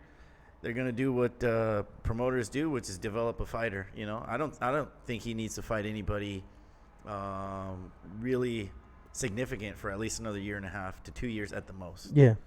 And that's the thing. I mean, he's right now was the perfect time for him to change trainers. Yeah. From him to go from his dad and to bring in Canelo's trainer. I forget Eddie Reynoso. Eddie Reynoso. Yeah. For him to switch camps. And you know what? He got pumped up. He became internet sensation, and that's what it is. You get these people that are casuals that don't know the sport. Yeah. That okay, he's blown up. He's got 2 million followers. He's the next Golden Boy. He's this. He's that. When people that follow the sport still know he has to develop, and they're gonna take whatever caution they have to take to ensure that he doesn't catch a loss early in his career. They're gonna build him up. he may not be fighting the quality opponents that we want him to fight, but there's got to be a reason behind it. You know it just as well as I do. There's a reason behind it. They got to focus on his weaknesses, whether it's fighting southpaws, whether it's fighting an aggressive fighter, somebody from the outside, and they got to build off of it, especially coming in with a new trainer where they're going to try to change his style and have him more as a boxer than this one punch type guy that's just knocking people out. Yeah, you know, absolutely. and with his head straight. I mean, we've all seen it. We know his weaknesses. We see it. I mean, so that's where Reynoso has to come in and try to fix it. Yeah. Because I'm sure Golden Boy has seen it as well, you know? Yeah. Yeah, and I don't know, I want to say shame on Mayweather. Like, just go pick on someone else. Mayweather. Go take your shiny boots, go ride a horse, and Your shiny boots. and get the hell on. I'm tired of seeing this dude, man. Right. I'm so tired of him, man. Who do you plan on fighting in a year? Who do you see yourself fighting in a year? Is there any big names? Is there anybody out there that you want to call out? Like big names. Yeah, man. Do you want to start beef right yeah, now let's on this start show? beef right now. Who do are we you want? starting beef with? 22. From a, what? Or what weight? 18? From a different promoter. Anybody, man. Anybody. It I could be in mean- your gym. Who in your gym do you? No, I'm just kidding. He's not a big, right? But I would like to fight Joshua Franco. Joshua Franco? Yeah. All right. 118. At 18? Yeah. I Let me think pull that'd him be, up. that'd be a good fight. He just fought with Oscar Negrete, Uh-huh. and they fought to a draw. That was a hell of a fight. They fought in Orange County at the hangar. Yeah. Joshua The top one, the Franco. professor. Yeah, I got it. The professor. Yeah. I think that'd be a good fight for you, man. That's a good measuring stick for you. Yeah, Yeah. definitely. be a real Joshua good- Franco. Yeah. Doesn't he train out there with you? Is he in your stable? No. No, he's with Garcia, Yeah. Robert Garcia. That'll be a, I was gonna say, you really pick someone in your stable? Like, man, you pick someone at your own gym? No. Nice. just like to bring my name up more. Yeah, that's cool. Let's make it happen. Let's do it, Yeah. man. Let's do it. We're gonna start beef right now. Here we go. Say something vicious, and we'll create a clip Campanovo. out of it. Call him out. Michelada guy, make it happen. Here we go. Right here. This is Thompson, Golden Boy. Well, I got a next question year. for Sal. With with your, I don't know if it's early in your career because 11 fights is quite a bit already. But I'm imagining that you want to learn something and get better with every fight. Yeah. For the next fight, what are you looking to improve on? Boxing more around the ring. Like, I'm staying in the pocket too much. Like, just getting hit. So I'm trying to work on, moving around the ring, using the ring more than taking hits. It's interesting that you say that because in your last fight you had to do a little bit of that. Yeah, Right. I learned a lot from my last fight. Yeah, Like, and you were quite successful in that round. Yeah. So like you this was after you hurt the pinky, Uh-huh. like you were saying earlier, Yeah. and then you were using that movement and stuff like that. Mhm. Did you feel like you were experiencing success, or did you feel like I need to work on this a little bit more? Yeah, I could work on it more in the gym, and I'm gonna be different. Than my next fight in May I'm gonna be like more a boxer, like moving around, using the Cool. ring. Okay, in the 11 fights that you've had, what is the biggest lesson that you've taken from all those fights? What do you mean about? Like, what's the one, Like- the biggest thing that you've learned, I guess, throughout those fights, as far as maybe not so much the transition, because you've already had plenty of fights, from amateur to pro, but just the biggest adjustment you've made to your style so that you could be a better boxer? Well, well, like, I know from my last fight, like, I know freaking I was trying to take him out early in the rounds, but I know like nobody can, not all people is gonna get knocked out in early rounds. Yeah, that's a good So- point because for your So career, I pace myself. Yeah. Like I'm learning to pace myself more than just letting power out, letting go my power and getting tired. I think that using that last fight as a reference makes a lot of sense because you would consider that the toughest fight of your professional career, Yeah. right? Yeah. 8 Yeah. rounds. Yeah, exactly. 8 rounds, all 8 rounds. They were all competitive. Mhm. He was there. He wasn't going away. So Yeah. I think in terms of a barometer and stuff like that, it was a very good fight, man. Joel I'll Diaz. have to watch it. Yeah, you should. Joel Diaz yelled afterwards that they should put it on pay-per-view. Yeah, Did you hear it? He ran over and was like, "That should be pay-per-view." Hey, he cusses a lot, right? Yeah. Yeah. In When the he's in the corner. corner. Yeah. Does it Does it get you all? Does Yeah, it get like you hyped up? Yeah, I like that when Yeah. he screams at me. Yeah. Coach tries to mimic some of that stuff. Sometimes, you know what I mean? sometimes. Yeah. Well, I pay attention to whatever's the most effective, you know. I try not to tell the fighter, oh, well, you did great that round, you kicked his ass.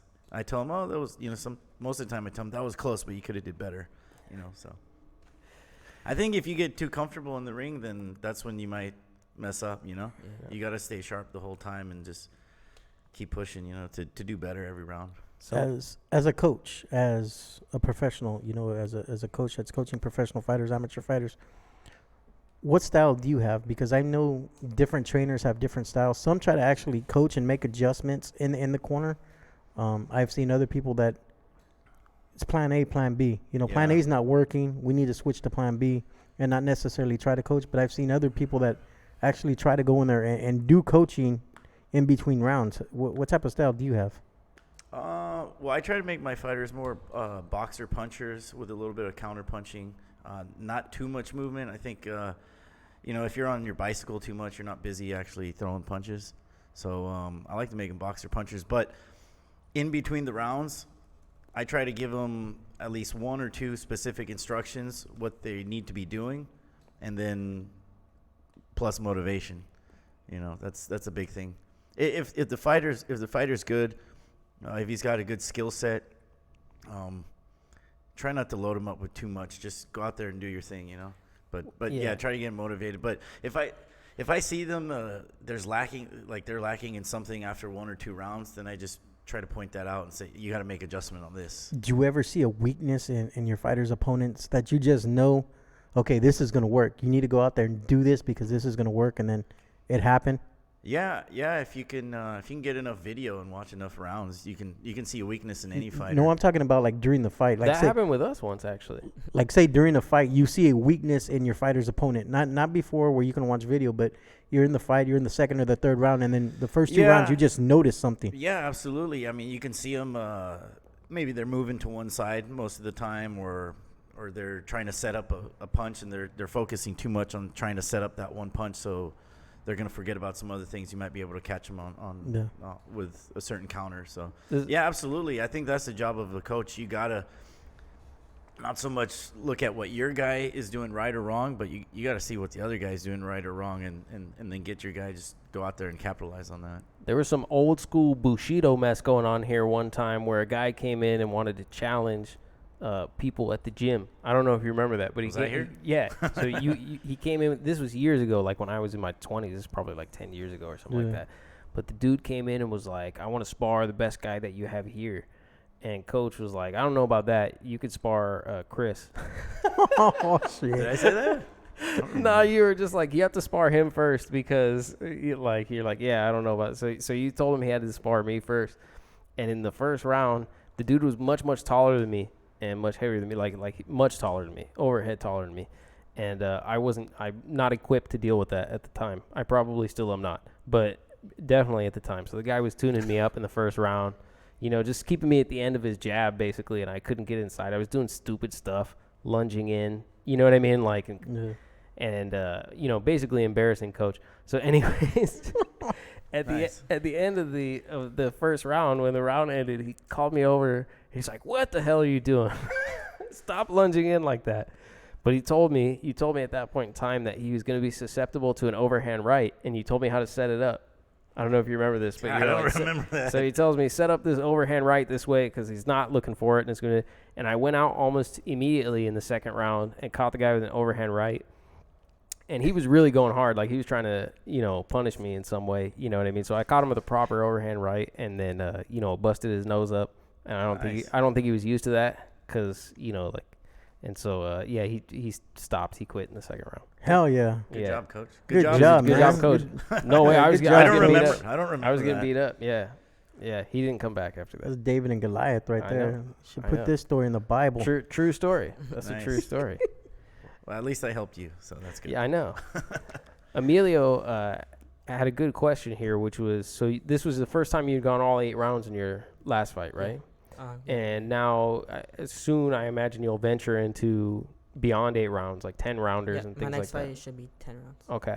And how is your conditioning, or how do you feel? What kind of type of preparation are you going through to be ready for 10-round fights?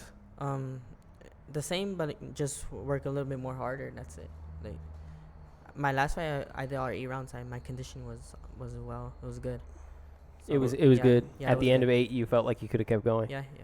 What type of road work does that take? Like 5 miles every day, Good every question. other day? Like 3 or 4, not that much. Yeah. But like every day, except we don't run Thursdays. Yeah. so And your brothers just joined you in that camp as well, right? Recently, Emilio just went out there and started Yeah. training with you with Joel, right? he had 2 fights. The last 2 fights with Joel. Yeah. How is it having your brother out there in camp? Have you guys been in camp at the same time? Yeah. One time I think it was good. Yeah. You know, Have you more guys ever been comfortable. competitive against each other? Like Spar? You guys ever like spar and oh stuff no, like we don't that? we don't spar. You don't spar We- each other? We used to when we were small, but my my dad told us to stop once we got older. Oh, okay. Yeah, because he didn't like it. He didn't like it. All right. Yeah. I can understand that. Yeah. I can understand. Who would win though? No, I'm just kidding. Me. See, that's what happens. said- You, he you, said build, it, you, Emilio. bu- you build up some resentment and animosity. You don't want to do that with your brothers. I know. Emilio's like all involved in the chat, right? Emilio- And I Emilio- invited him. I invited Emilio to come, but I didn't ask Emilio. I asked Sal, right? And Sal's like, "No, my brother don't want to go." Oh, Like nice. quick.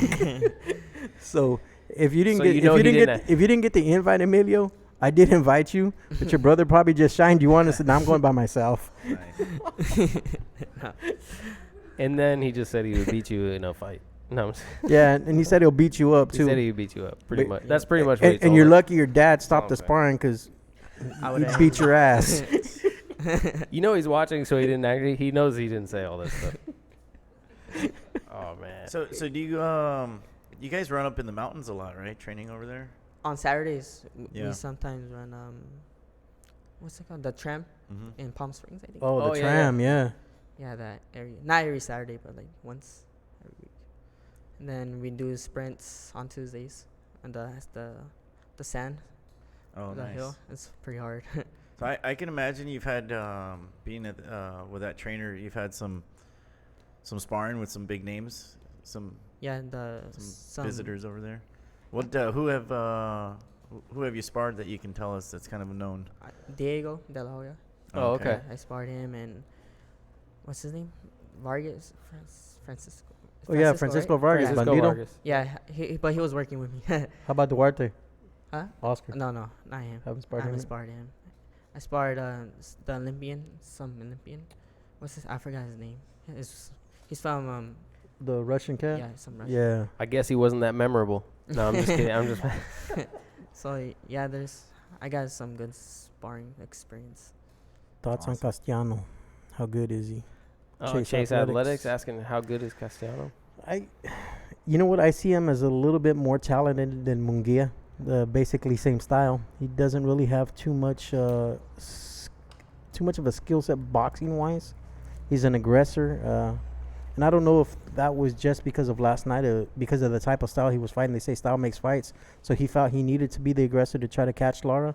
But I don't know. I think I'd have to see a little bit more of him. But he kind of has that Munguia style where he just wants to go in and be the aggressor as far as that goes for me. Chase. Don't you think part of that, though, is knowing that Lara just had that experience with Jarrett Hurd, and so basically seeing, okay, this was the game plan on the guy. That constant pressure made him essentially fold in the second half of the fight. So if I could pick up early rounds and apply that constant pressure, then maybe I'll be successful, which to some extent it worked, except for he's not the size or the puncher, or he's missing a lot of the attributes that Jarrett Hurd has that made that advantageous. So his size, his punching power, and all that stuff. So I think some of it is the fact that there is a game plan, right? You say, oh, someone had success in his last fight. Plus, it was a tough fight for Lara, that last fight. So like you might think that he Might be using the blueprint. he might be dropping a little bit. You know what I mean? He's getting old. That's what I was asking. Lara? Yeah, and I Yeah. kind of feel like I mean he's gonna stick around, but I can't see him reaching a pinnacle anymore. You know, How old is he? 36? 36. That's yeah, he's old. 36. that's Yeah. old for boxing. Unless you believe some people on Facebook, in which case he's probably like in his late 40s, and Luis Ortiz is 55, and Rigondeaux's pushing 50, and all that stuff. No, he's 36. Well, I think overall the Cuban style is on a decline. You know, I think it helped him out a little bit for a while, and to have a lot of amateur fights and a long amateur career, yeah, you get technically sound, but then you kind of waste those years that could have been in the pros developing that style. Do you like that style? That amateur style of fighting? Well, even amateurs have different styles within themselves. Yeah, I agree. I don't really like I don't really like Lara too much as far as his style. He looks like he's on roller skates for me half the time. On But I do skates. like a lot of punches, effective punching. Yeah, if you're throwing a lot of punches and they're connecting, that's always fun to watch. That's kind of what they were commenting on last night. They were saying because of his age, he's losing a little bit in his legs, and so now he's forced to stand and exchange a little bit more. And as a result, he's a more entertaining fighter now than he was perhaps. Yeah. Yeah. Yeah. So I think that perhaps has something to do with it. But yeah, I would say like those cats, like the people in the pros who have the most amateur type style, I think, are people like Amir Khan. He's not Cuban. You know what I mean? It's just he's in and out. He kind of peppers you with shots and is immediately back out. It's like a lot of He's got a fight coming trading. up, right? He does, yeah, against Bud Crawford. How do you see that fight playing out? I think he can win, actually. Do you really? Yeah. You're going with Amir Khan on that? I'd like to see him win. I'd like to see him catch a break. And against Crawford would be a huge break. Dude. I'd like to see him catch a break. I think he Does he get had a out. bad break in Motherfucker boxing? gonna think catch a 2-piece and I get his think- ass put to sleep is what he's gonna catch. I think he can outpoint him. I really do. Oh yeah, I think so too. But I can think outpoint him. I think he's got a higher percentage of getting knocked out than I think he'll box him for like 6 rounds Yeah. and then get caught. Yeah, see, I'm kind of on the same page with you, Saul, which is that I think the fight will look competitive in the first half of the fight, and then gradually you'll see that it's less and less competitive. That's kind of Bud Crawford's MO, right? So he'll take 4 rounds, 5 rounds to figure things out, and once he's figured it out, it'll just get harder and harder for Amir Khan going forward. And he might be able to stop him late, but either way, I think Bud will come away with it. I think Khan's. I think he's got veteran status. He's been in does, a lot yeah. of good fights with a lot of great fighters. I think he can pull it off. Yeah, if he makes a mistake or a couple mistakes, that's where Bud will catch you. And then he waits for you to make that mistake, and then he opens up on you really really bad. Still think he's gonna win though. Interesting. Yeah, I think he's gonna win.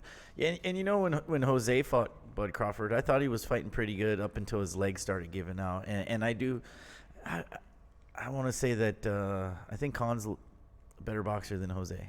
Yeah, but you attribute that to Jose's leg, whereas I think that Bud gradually figured out Jose throughout the course of the fight, and when it got into the later portion of the fight, it was just much easier for Bud. Like, so I kind of give Bud the credit more so than saying, oh, Jose's legs were failing in that fight. Well, I'm excited to see that fight. And Khan doesn't have a bullet in his leg either, so. Yeah, exactly. Yeah. So I'm excited to see Not how that that you one know plays of. out. Right? Yeah, exactly. You never know. A couple of world championship He is from- fights coming up Pakistan. this weekend. This upcoming weekend got some good fights. Ugas, right? Ugas and Porter. Yeah, Ugas was also on that national team with Luis Ortiz and Erislandy Lara. So Sean Porter's probably fighting a man who's like 60 in your opinion, Stacks, or something like that. We have to ask now. What is he in Cuban years? In Cuban years. Cuban So years. he's 30. He's 32 in U.S. years. So is Cuban years? That's kind of like dog years, huh? Yeah, exactly. So he Whoa, may be whoa. like 41 or 42. That's awesome. Oh man, I'm that's just saying, another man. part that I have to cut out of the show. Jeez, No, I'm just. We gotta make that new Cuban shirt. Cuban years is like dog years. You're really gonna say that? I'm while we're just. live I'm on- just saying, Oh, man. Jesus. I'm 52, but in Cuban years I'm 30. Oh, my 32. God. Gonna make a shirt. Way to compare a whole nationality to. Yeah. Anyways. It's the aging. It's the aging of a man. It's just, what they do in their boxing. That's program. what they do, Yeah. man. They Oh man.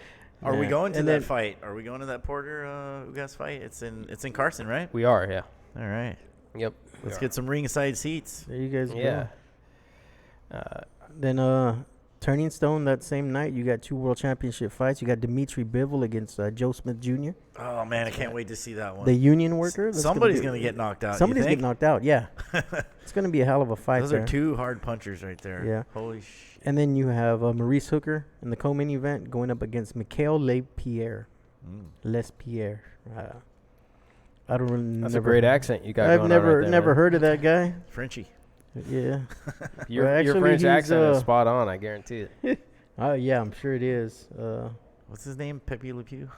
Yeah, Mikhail Lespierre. Oh man. 21-0 with the 1 draw, 10 KOs. He's out of Trinidad and Tobago. Yeah. So a lot of good fights next weekend. Bunch of fights in March. Actually, I'm excited. I'm excited for March. You know, I keep saying, man, boxing is hot. And I don't know if that's because we're so into boxing, but I just feel so many consistent fights every weekend. Thank you, man. I wish, I Good watched, fights. I too. watched a replay of the show from last week, okay?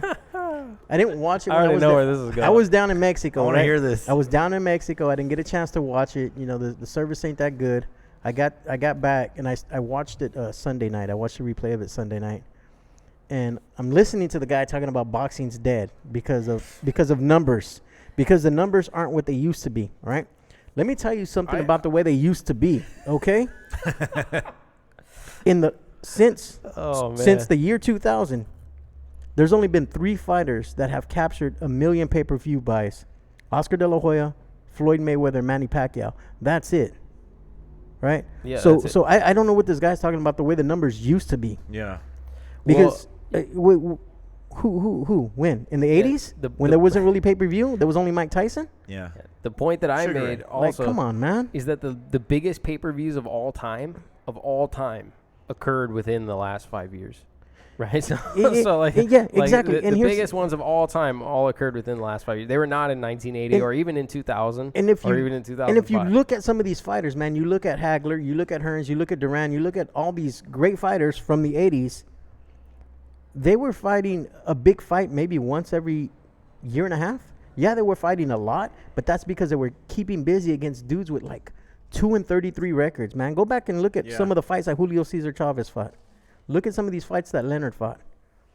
They weren't fighting each other back to back to back to back to back. Yeah. The reason we see it so much now is because of social media, and we got BoxRec. We have easy access to records and the way people were fighting. But if you really follow these fighters in the 80s, you would know that these fights on ABC, 3/4 of their fights were against no-name competitors. So There's a lot of good matchups going on right now, and a lot of good fighters. Good names out there. There's almost so much boxing you don't know what to watch now. I agree. I have a hard time keeping up with everything. Yeah.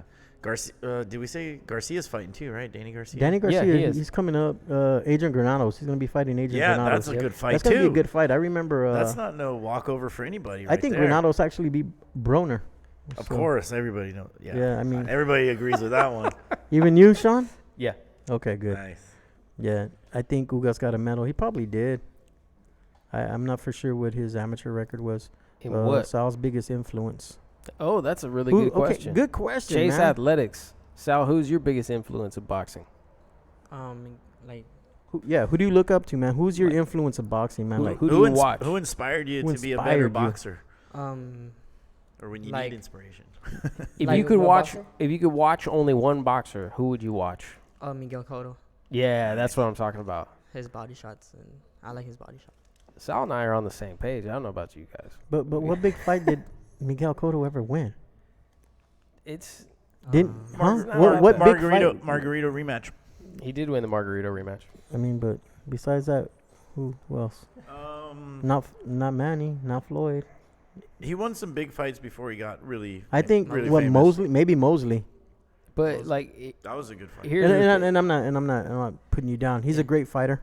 And you know what? He lost against Mayweather, but he did probably better than anybody else against Mayweather. He's super competitive. Cotto's He's boxer. and here's the other thing is Miguel Cotto All was heart. Miguel Cotto was fearless. The man is fearless. Like he fought anybody, right? And it's one of the things that you can't just type in Cotto. I just learned in BoxRec because Wow, that's look at all those Cottos. that's not going to do it. That's not going to get it Are done. they all Puerto Rican? Yes, they But I'm a huge Miguel Cotto fan myself. He's up on my list as well. I think he's the greatest fighter out of Providence, Rhode Island that Providence has ever seen. So check it out. Seriously. Miguel Alright. Cotto has to be the greatest fighter of Providence. So he lost to Canelo. He lost to Austin Trout. Lost to Floyd Mayweather. Yeah, but he didn't. First of all, he's very competitive with Floyd Mayweather. Competitive He fights. completely dominated Maravilla. Common guy. He was very competitive with Austin Trout. Did he ever fight Katsides?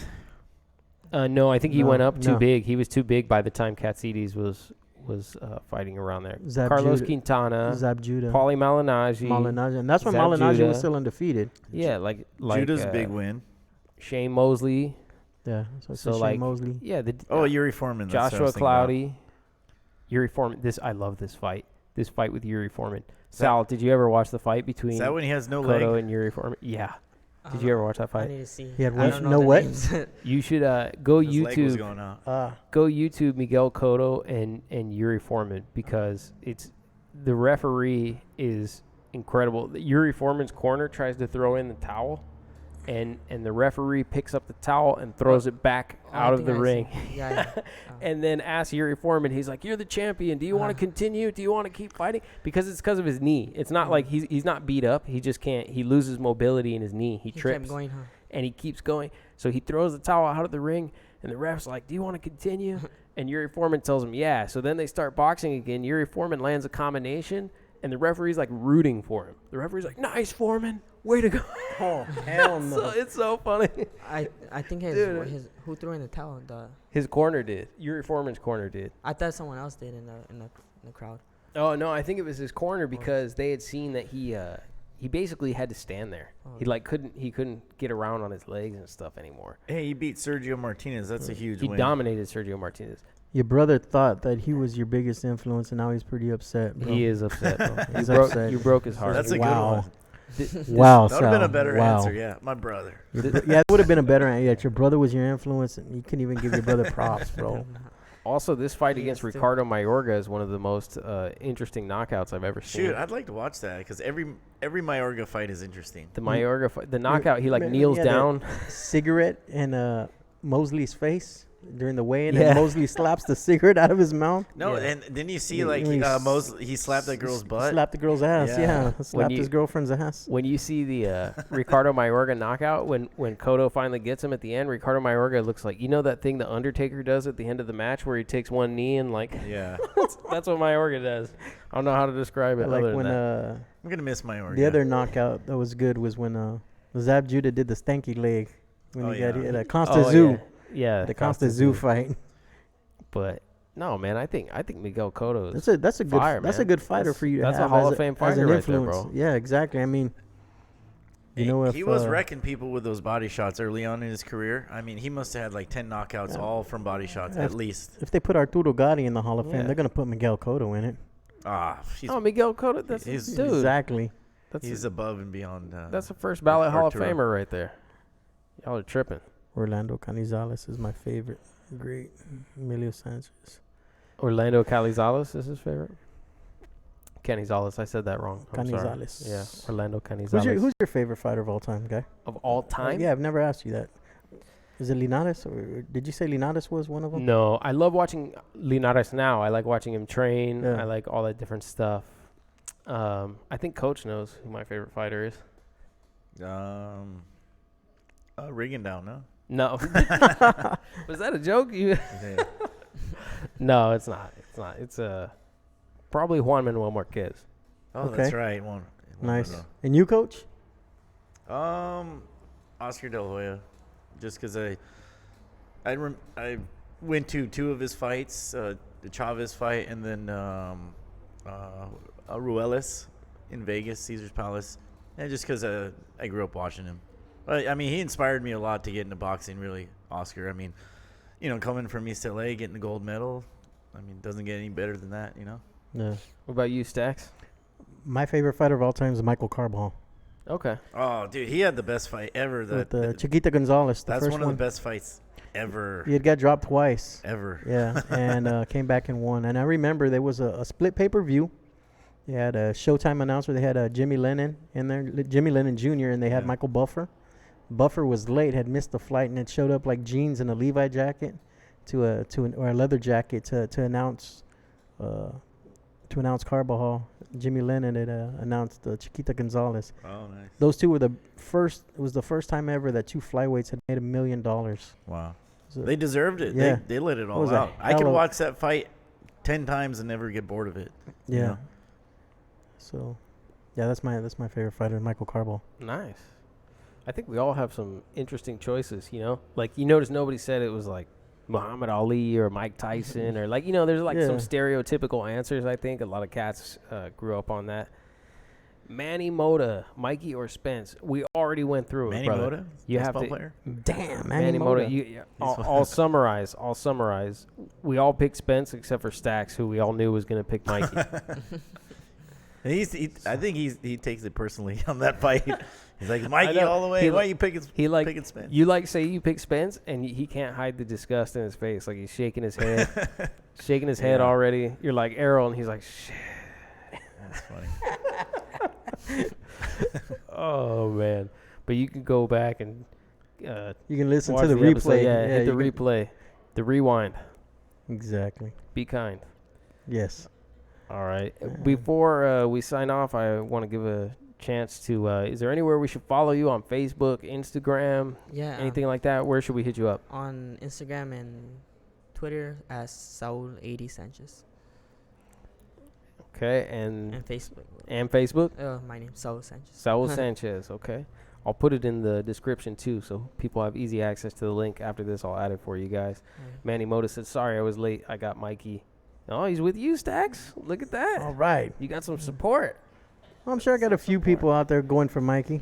No, there's a difference between who we're going for and who we think is going to win, though. Yeah, right. Exactly. Like, I think that's what Sal was saying too. Like, we could root for Mikey, but that doesn't mean we think he's going to win. I want Mikey to win. I'm going for Mikey. Yeah, exactly. I don't think. Exactly. Yeah.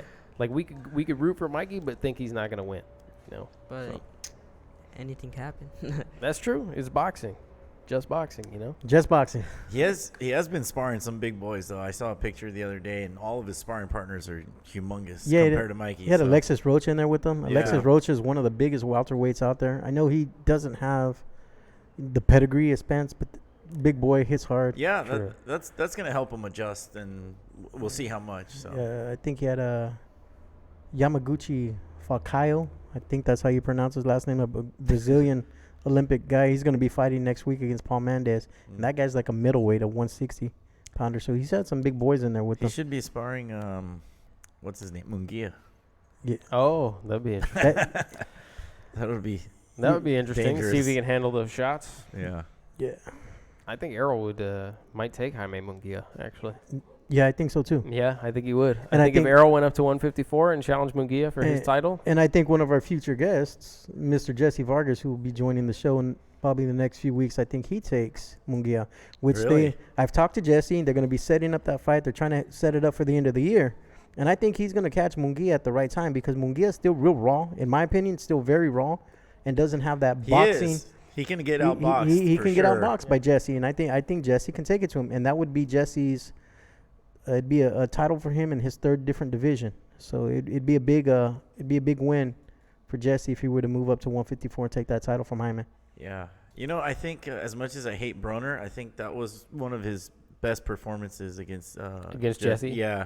Just to squeeze out the draw. Yeah, right? because he really did. Because Jesse was basically in control of the first half of that fight, and Broner had to come on in the second half. Yeah. And make some adjustments that resulted. He in actually the draw. fought for once. Yeah, he did. He did. But don't you know he won against Pacquiao? Did you know that? He beat that boy. Beat him bad. Oh man. All right. Did it for the hood. Yeah, man. You got anything, Stacks? Man, just be sure to follow us on SupremeBoxingInc.com. You can follow Supreme Boxing on all our social media on Twitter, Facebook, and Instagram for the latest updates on everything in the world of boxing, man, from upcoming fights to meet and greets, you name it, man. Follow Supreme Boxing. What about you, Coach? I know you got some stuff going on. Yeah, I want to say big thanks to Michael Buffer for liking one of my pictures on Instagram. What? Yeah, That's a win right there. And there you go. Hashtag winning. and I checked it out. It looks like it's his real account. Like it's a legit account. Does it have the blue thing next to it? Does it have Yeah. the blue thing? Yes. All right. I was like, holy shit, the real Michael Buffer. the That's right. real Michael Buffer. Yeah, so big shout out to Mr. Buffer. Thank you. I'm that sure meant he's a lot. watching too. Yeah, he's watching. And then big shout out to Joey Abudi, our best fighter here at the gym. Winning Golden Gloves. Proud of him. And on to state. Hopefully we win state Golden Gloves. And for me, of course, as always, you can follow me at Beat the Count on Instagram, at Beat the Count on Facebook, and the replays are available on more platforms than I am ready to name. Real quick, man. The Sweet Science Boxing Gym YouTube channel, okay? 16,850 followers, all right? I want you guys to go out there. I want you guys to make sure to subscribe to the channel. Tell your friends to subscribe to the channel. Thank you guys for tuning in, for you guys listening.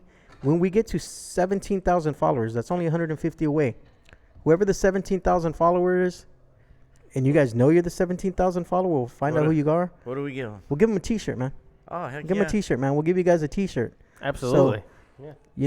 Put it out there. Hey, if we Share you the guys one of page, these. like the page. You get a if- Just Boxing shirt for the 17,000 follower. But that doesn't mean you can unsubscribe and then subscribe again. Damn it. So. And when What's we up? get to 20,000 followers, we'll let Sal punch Chris in the stomach without a pad. Without the Oh. pad. And we'll wrap his hands before he punches Without you. the pad. Oh, man.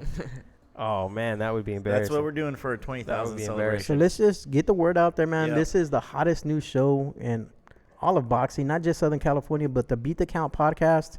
We're going to continue to try to bring you guys the best possible podcast out there. If you guys want to see a certain guest, let us know. We'll try our best to get them on there, and we want to promote all the fighters. We want to promote local fighters that fight at Thompson. We want to fight, we want to bring in bigger fighters. We want to bring in world champions. We want to bring in people from the boxing community, people that do, strength and conditioning, recovery people, cut men, photographers. You want to see certain type of people? Let us know. Chime in. Let Chris here know. And we'll do our best for you because, like I said, we just want to continue to bring you guys the best show. Okay, haha, only because you guys know I give out shirts like candy. Somebody said, no more shirts, boxing gloves. Boxeo said, hell no. We want boxing gloves. And I said, only because he knows that I give out shirts like the candy. 20,000 follower, man. You get us to 20,000 followers, for man. nothing. We'll give a boxing glove away, man. We'll get you a pair of boxing gloves. I'll even autograph the boxing gloves for you. All right, bro? Yeah, if you love boxing, you got to watch this show. We had the number one amateur kid in the country. He's number one in USA, number 2 in the world. Ernesto Mercado, yeah. We've had the vice president of USA Boxing, of all of USA Boxing. He was like our third guest. Yeah. We had Jojo Diaz on a few weeks ago. We've had some amazing guests, and we try not to limit it to just a certain type of guest. Anybody that can contribute to boxing in a positive way and is doing some big things in boxing, we get them in here and we talk to them. I think we're the most knowledgeable group, not so much when I'm here, but you guys, I think we're the most knowledgeable group, podcast guys talking boxing. Yeah, and like you said, I mean, Except for Teddy Atlas. we have everybody. He's up there. We have everybody in here. I mean, we had Brittany Goosen Brown. She's one of the head PR people for TGB and Premier Boxing. Yeah. So it's only going to continue to get bigger and better. Continue to follow us. Make sure you like our page, share it with your friends. And we just want to tell you guys thank you, man, because next week, I don't know if I'll be here or not next week, but it is the 50th episode. That's right. 50, man. So I should give something away for that. give something away for the 50th episode. So If these cats are on live chat, maybe if you guys jump on live chat, I'll give you a gift. We'll see. Do I have some more autographed gloves? We gave out the Teofimo the other day, right? We gave out the Teofimo signed glove. I do have a Jojo Diaz autograph glove, though. I got As well as I have Aaron. I got a Aaron, Chocolatito too. autograph glove. You have Chocolatito? Yeah, but Nice. it's signed to my nephew though. He's 4 though. He's not gonna miss we'll it. have a Saul Sanchez autograph glove to give away pretty soon, too. Dude, we should give away the Chocolatito signed glove that has your nephew's to name the on nephew. It could be anybody's nephew, So. Oh, man. So Amy Sanchez said, "Good job, Sal." Good job, Sal. Team Sanchez. Sanchez. Yeah, I agree. Good Good job. luck on your next fight. Thank you. Yeah, good job. I appreciate you. Thanks for coming down. And as you guys. go through and experience greater success in your career, 10-round fights, and hopefully this regional title, of course, we'll be reporting on it belt, here. man. Get the and we'll belt. hope to have you Yeah. back after your next fight. You know what I mean? Yeah, thank you guys for inviting me. All right. Thank you, Sal. Thank you guys. All right, guys. That's it for this evening. I'll catch you next week. Peace.